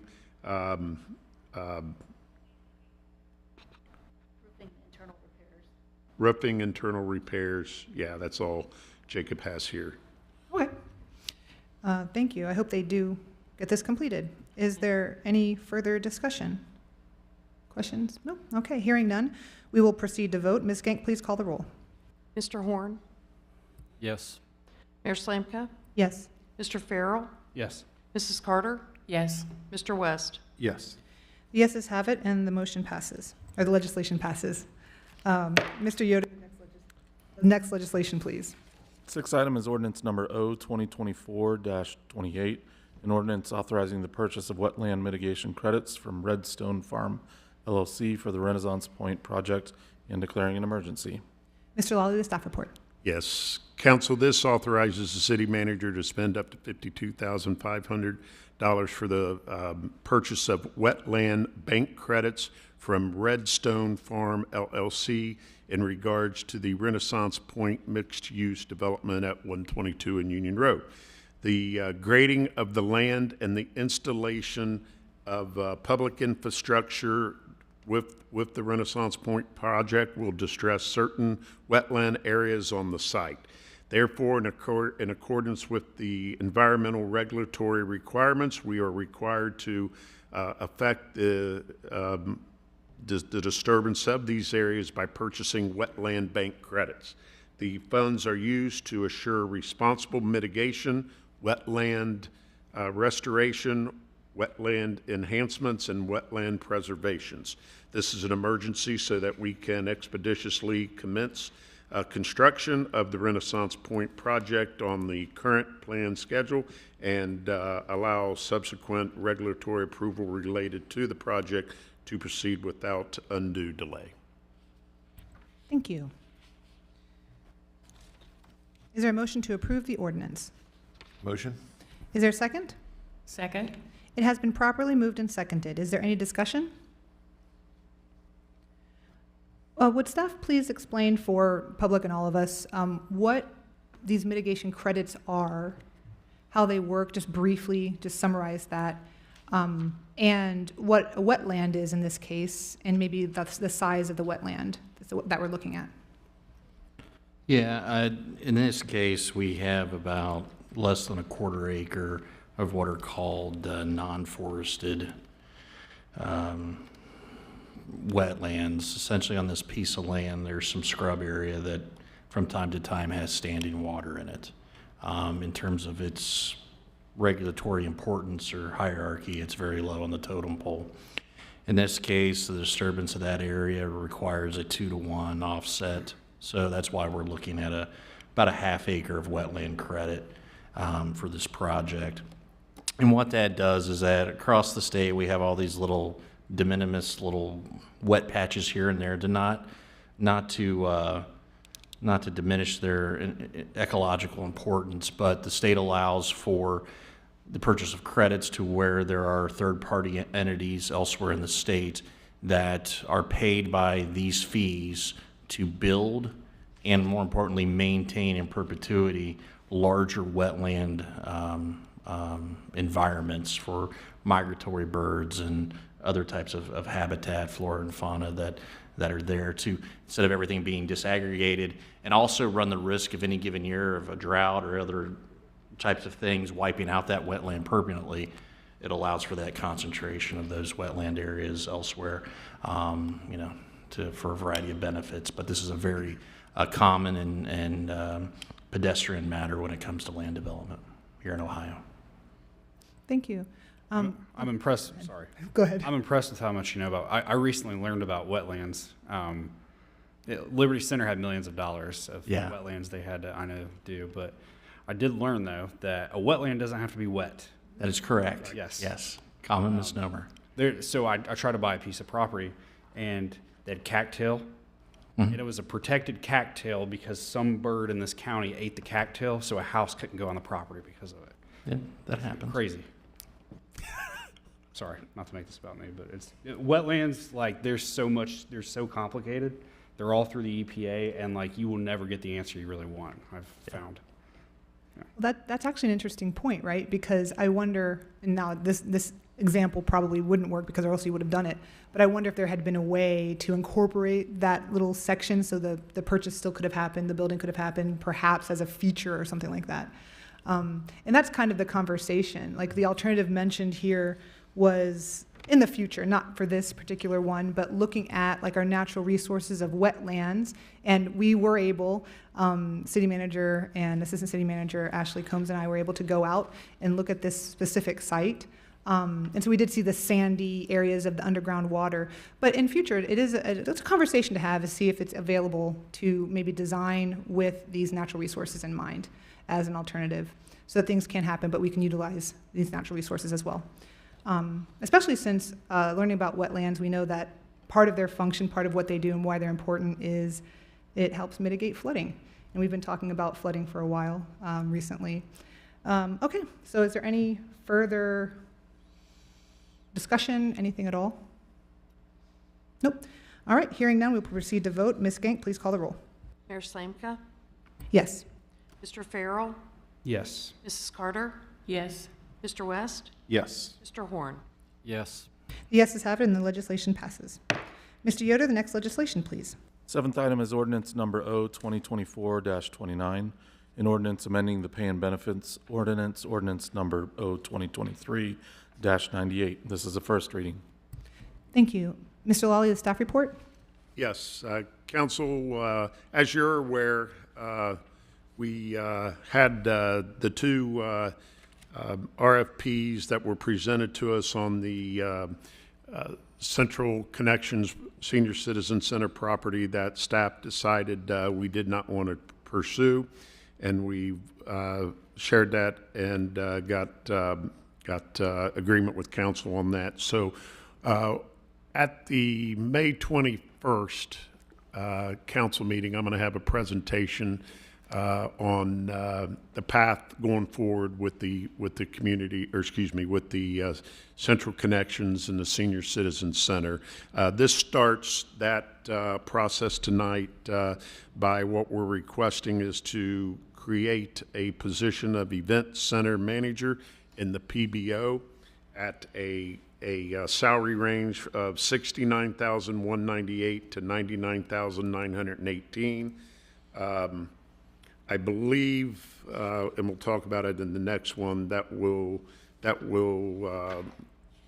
probably cost us somewhere around, I think, $36,000 to $39,000 for the rest of this year, and then that salary range will be in there for 2025 going forward in the PBO. And as I said, we have another finance thing here later in legislation, and I will make a presentation on May 21st on what staff will do in the path going forward with the facility. And Paul, that number, is that with benefits or is that without benefits? That range is with benefits. So cost to the city. Yeah. Okay, thank you. No. Yes. Oh. No, I'm sorry, it's not. That is, so 69,000 would be the starting salary, so benefits would add probably somewhere around an additional $20,000 to it. And that's the same no matter where it goes as far as the salary itself. It's just about another 20,000. It'll, if I'm reading or hearing your question correct, so it'll add around 24% to that. Okay. To that salary. Perfect. It also would then, it depends on the person and their kids and all that potentially though. So there's no specific way to answer that. Or am I wrong? 24 is the range, 24%. Yeah, but it's not. 24% is about the average cost of salary and benefits at this range. Okay. Do we have a motion to, I'm sorry, this is a first reading, forgive me, I always do that. I often do that. I do have just a quick question here. Actually, no, it's going to be taken care of next time because you're going to be having a presentation. What I will say is that a lot of people are asking about the senior center, so I hope we get the word out that we will be talking about it and having a presentation at our next council meeting. I think a lot of people in the community will be, hopefully they'll be tuning in for that. Thank you.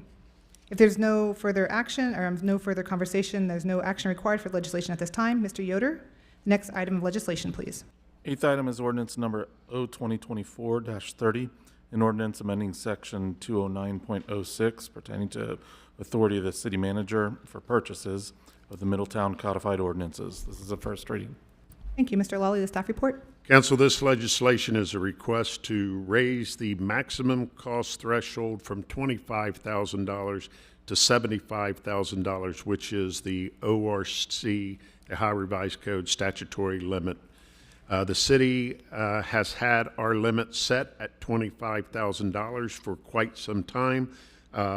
Most municipalities have adopted the $50,000 to $75,000 Ohio Revised Code limit. The $25,000 limit that we have here in the city of Middletown has caused staff several operational issues lately, especially recently in terms of in light of inflation. The $25,000 limit causes problems related to the procurement of numerous items, especially vehicles and equipments. For example, that's why, for the example, the purchase of new police cars. As soon as we find a place that might have 3 police cars, boom, you have several municipalities jump on that, and then here we are at a disadvantage because of the limits we can do with the limit set at $25,000. Also, the length of time required to publicly bid for certain procurement needs delays the acquisition of essential assets and equipment. Same thing. And this has resulted in the city not being able to effectuate purchases due to vendor viability to hold prices or basically keeping their inventory while waiting for our process to take place. So therefore, we're asking for this to be raised from $25,000 to $75,000. Thank you. As this is a first reading, there's no action on this item today. Is there any discussion, however? No, I feel this is important you know, for all the examples that you've given. I mean, $25,000 won't even get the fire department a new side-by-side for water rescue. I mean, 25K is nothing anymore. So, and we've discussed a lot of those problems where other municipalities that have a higher ceiling, you know, their city manager and staff can just grab things up, and then we have to run it through 10 layers of bureaucracy just to act on it. So, correct. If I may add, I think the previous piece of legislation hits upon this point when asked on the newsletter thing, why the emergency? So what you don't see here, because your touch point on a lot of things that we do here at the city is towards the, either at the very beginning or towards the tail end of a process. So Mr. Castle was tasked with going ahead and pricing these things. We didn't know initially if we were looking at what dollar amount, so we went out and got informal proposals. We're trying to compare apples to apples. Then it was discovered by about March that, or in late February, early March, we're gonna have to bid this out. And then so we go through about a 30-day bid process, and then we're in front of you for a first reading and now a second reading. If not asking for the emergency from start to finish, and not from when you all first are encountered with a situation, but we may, because we're in this Bermuda Triangle area of pricing on something that's already been budgeted for, appropriated, you know, was a budget commitment. We're spending 100+ days on the front end before we can even take action. So just to kind of give you some more color to that. Thank you. Is there any further comment? Mr. Horn? Is the 75K, is that the absolute we're allowed to go? Conceptually, yes. I mean, the city's a home rule charter municipality. We could look into, if you wanted to go above that, whether you could exercise your home rule powers to do that. My off-the-cuff advice would probably be yes, because it's a matter of local concern. But before if you wanted to fully go down that path, I'd want to give a hard look at it and report back. The reason I'm asking is because of inflation, because if we could get 3 police cars and they're at 50 grand a piece, we might say, okay, we can only get 1.5. Or if the fire department needs a new truck, everything costs a lot more than it used to for some reason. A brand new 4x4 truck without even being fitted out is $75,000 to $85,000. I'm not saying make it a large number, but I'm just saying, you know, okay, we're going from here to here. Is it a big jump to go from 75 and say 100 is our limit, or 85 is our limit? Or I'm just asking the question. I don't want to give out a blank checkbook either, but if there's a situation where we can be first in line and say, okay, we're allowed to buy them, and we do it, or if there's a need, that it's not an absolute that we have to go through the month-long process and still being responsible. That's just the question I'm asking. What do you guys need to do your job to the best of its ability? Yeah, this goes a long way, and you know, I think to hear to Mr. Horn's point, there are issues that we run into operationally, and sometimes we have vendors that are unreasonable, not willing to, within a reasonable amount of time, hold price or hold it. We're saying, hey, we got a council meeting in a week and a half. Can you wait?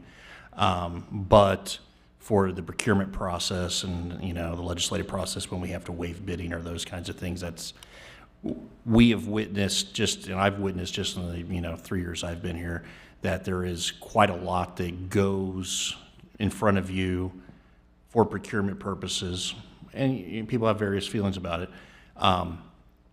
that are slightly above the bidding threshold, and it's for amounts that are already budgeted and appropriated, and they're customary purchases of the city. They're not, the city manager isn't going out and buying a Ferrari or, whatever. I'm sorry, Paul, but but these are just standard things. Like it's we're going to buy a jackhammer here, or an implement on a backhoe over there. Those types of purchases.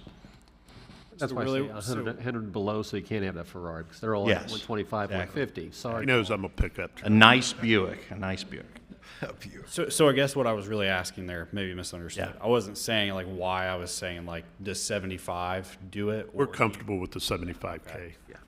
Under ORC, so if you had a vendor that had 3 cruisers and you bought all 3, let's say it was 95K, if you did 3 individual transactions, could you still do those, or would it be? The law see what I'm department saying? would get involved. You're not supposed to basically unbundle packages to try to get below thresholds. It really depends on the transaction in the involvement of the same vendor. Because that's where I see this 75K may not be as nice as 100K, because even a lot of the lightly used cruisers are still pushing 50. Right, so it really doesn't solve our police car problem. Yeah. This goes a ways though, because it's not like we're running into vendors who have 15 cars ready to go and just won't hold price for a week and a half or 2 weeks. We're finding one here, one there. You know, Where this may help us if we choose to go down the path of used police vehicles, then 75K would come in quite useful.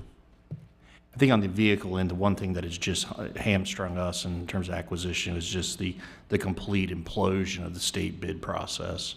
There are no state term contracts for a lot of the vehicle fleet needs and equipment needs that we and other municipalities and townships and counties have.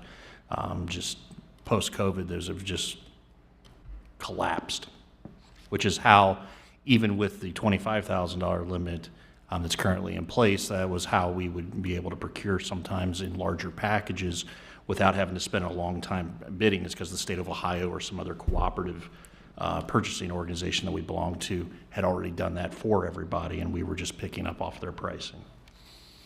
I mean, I'm willing to do 100. I like 100, and I'd like to poll everyone else. Reason why is then it's not coming to us. $100,000, $1, bring it to us. If it's not, well, then we need to trust the team here to do their job. I have a question for clarification for that.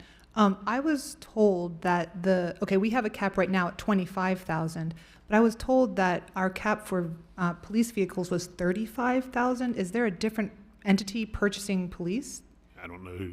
Okay, I was told a few different times by a few different people, but that was my understanding. So I was just wondering if there was a different entity or different department purchasing police cruisers. Gotcha.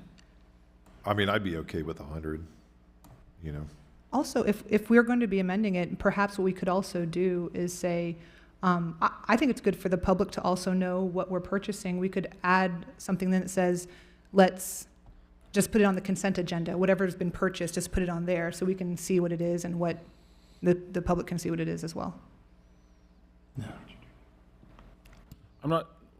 We'd want to unpack that and think through that a little bit, because when you act, you got to act fast. And if they have the authority to, what you'd really I see be what you're talking about saying. doing is ratifying something. So what if he buys $100,000 of vehicles and then it comes on a consent agenda for ratification and you all say no? Right. You know what I mean? Like, that's kind of the difficulty. You want to either allow them the authority or not. I guess also, maybe there could be something worked out so that we could announce it to the public, what we've been purchasing, perhaps, just so people can know. Website? Newsletter? Newsletter. There you go. Tomorrow. Yeah, because then you get into the whole thing of, well, what do you put that you know. Well, it's just nice to know, like, if we purchased however many cruisers, for example, we can say, oh, this is the investment that's been put into Middletown. Here you And go. these aren't going to be spontaneous, unforeseen purchases. They've already got to have been budgeted for, appropriated for them to even spend those kind of funds. So if they're buying the police cars, most likely those police cars have already been budgeted in that annual budget. Yeah. I don't think it's going to be more anything new that the public wouldn't already know if they engaged in kind of the public comment and input portion of the budget creation, but. So you'll be looking into that home rule. Yeah, kind of thing I for us? think what I'll likely be able to do, I'm not a betting man, I guess, but I think more than likely doing so would be defensible pursuant to your home rule powers. I just want to make sure that's fully appropriate? If so, we'll just be able to, because it's not changing the title of the resolution, we'll still do the second reading at the next meeting, but we could change out the threshold to 100,000. Thank you. Would we need to make that a motion to make sure all of council agrees, or just? Nope, we're good with it. Okay, gotcha. All right, is there any further discussion? Okay, as this is the first reading, there's no action today on this item.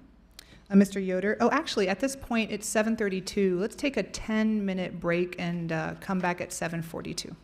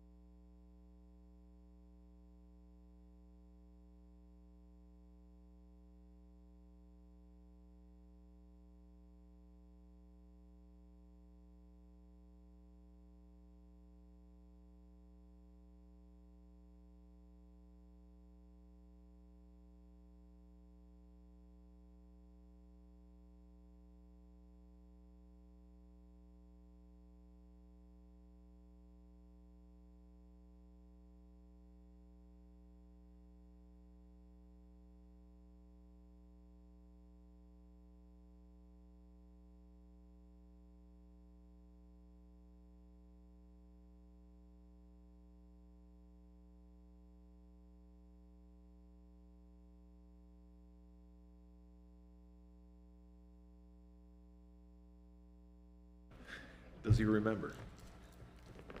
Is everybody back? Everybody's back? I believe so. Okay, we'll go ahead and get started a little early. Okay, call this meeting back to order. We are on legislation item number 9 at this point. Mr. Yoder, the next item of legislation, please. Thank you. 9 is resolution number R 2024-15, a resolution to make adjustments to appropriations for current expenses and other expenditures of the City of Middletown, Counties of Butler and Warren, State of Ohio, for the period ending December 31st, 2024. This pertains to the general fund and is a first reading. Thank you. Mr. Lally, the staff report. So this is the second part of the Senior Event Center operations for the remainder of 2024. The bulk of the line item expected to be used for the startup costs related to the event center marketing as the city builds its book of business in the coming 12 to 18 months. So for the rest of the year, if you look in section 1, the other professional services in the amount of $80,000 is what we'll be using the funds out of. So the financial impact of that with the position will be $34,599 approximately for the rest of the year. Thank you. As this is a first reading, there is no action on this item today. However, is there any discussion at this time? No. Okay. And let's see here. I think I'm good. All right. So we will continue. Mr. Yoder, the next item of legislation, please. 10th item is ordinance number O 2024-31, an ordinance establishing a procedure for and authorizing a contract between the city and Gary and Candace Page for the sale of city-owned property located on Howe Road, Madison Township, Ohio. A first reading. Thank you, Mr. Lally. I don't have any further comment. This is for the sale of the beacon, the land that has the beacon light we discussed at the last council meeting. We have no further. Okay, thank you. Is there a motion? Actually, this is a first reading, isn't it? I was going to say, like, are you sure? Yeah, we discussed it in executive session. Okay. Okay. All right. Well, as there's no more, there's no action to be taken at this time, is there any further discussion or anything else that you'd like to ask at this time? I have a question. The money, once it is purchased, where would that be going? Would it be going to the airport fund? Yes, ma'am. Okay, fantastic. All right. Well, thank you. Any other discussion? Hearing none, we will proceed. Mr. Yoder, the next legislation item, please. The 11th item is resolution number R 2024-16, resolution authorizing a second amendment of a grant agreement with the Ohio Department of Transportation for a grant under the Urban Transit Program for state fiscal year 2022. This is a first reading. Thank you. Mr. Lally, the staff report. So this is the bus purchase that the Butler County RTA thought they could accomplish by June. However, once again, with the difficulty in being able to get the small bus in, they need the contract extension until October 31st of 2024. Thank you. As this is a first reading, there's no action on this item today. However, is there any discussion?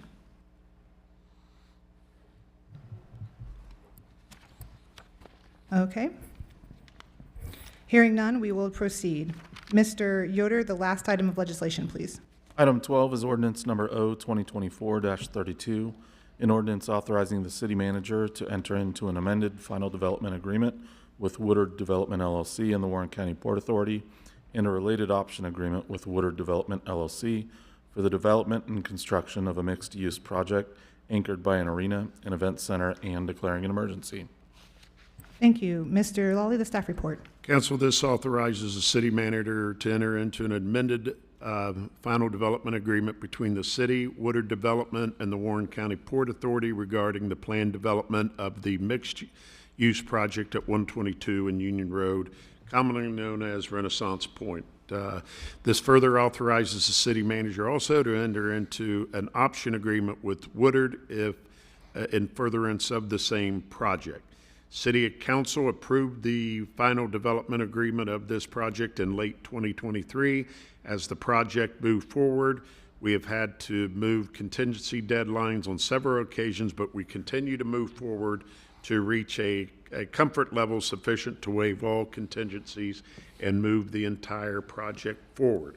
Our hope is still that we reach a process whereby all parties can waive all contingencies at the same time. However, to delay any longer will negatively impact the price and feasibility of installing public infrastructure related to the project in calendar year 2024. So therefore, the parties desire to move forward with the amendment to the FDA to allow a phased approach to this development. And this amendment means the following.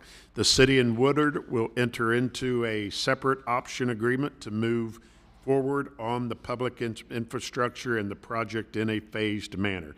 The city will move forward immediately with the first phase infrastructure necessary for the mixed-use component of the project site and begin the construction in the next couple of months. The Warren County Port Authority will be given extra time to continue its due diligence efforts on the arena and arena hotel components of the project, and they can opt into the final development agreement at any time. There is no additional financial impact to the city to what council has already approved. Staff request emergency passage so that all project timelines contained in the agreement may be met. Thank you. Is there a motion to approve the ordinance? Motion? Is there a second? It has been properly, yes, it has been properly moved and seconded. Is there any discussion? I have one question, I guess. Certainly. So just to be clear, what this is saying is that we in Woodward Development are going into an agreement, and we're going to start digging in July. Yes. Yeah, our goal is to actually advertise bids this Friday upon your concurrence tonight and open on the 31st of May and bring you hopefully enabling legislation to award a bid subject to our closing of the band proceeds in your first meeting in June. Excellent.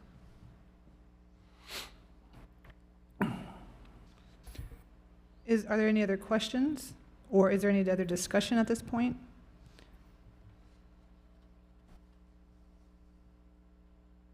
I'm looking at my questions to see if I want to ask any that haven't been answered.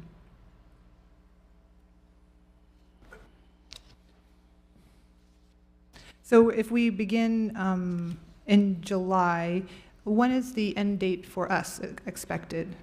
So on this first phase of infrastructure, the plans call for all the mass grading and underground utilities and infrastructure to be in before the end of before November 1st.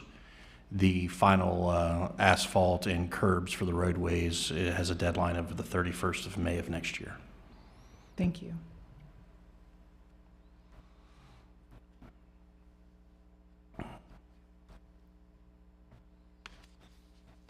Okay. Are there any other questions, or is there any other discussion?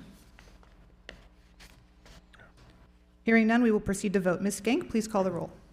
Mr. Farrell? Yes. Mrs. Carter? Yes. Mr. West? Yes. Mr. Horn? Yes. Mayor Slanka? Yes. The yeses have it, and the legislation passes. This concludes the legislation for the evening. The next item on the agenda is unfinished business. Do any council members have anything they would like to bring up under unfinished business? I don't have anything. Okay, got it. Thank you. Hearing nothing, we will go on to the next item. The next item on the agenda is new business. Do any council members have any new business? I have one item. I wanted to mention that we will be having a special meeting of the City Council at 4:30 p.m. in these chambers on Tuesday, May 21st, to discuss the 2025 fiscal year budget. We had discussed that a while back, and we had all agreed that that time and date worked. But we will be announcing that officially in the next couple of days. Is there any further new business? All right, hearing none. The next item on the agenda is executive session. Do I hear a motion to move to executive session under the authority of ORC 121.22G2 to consider the purchase of property for public purposes or for the sale of property at competitive bidding if premature disclosure of information would give an unfair competitive or bargaining advantage? Motion. Do I have a second?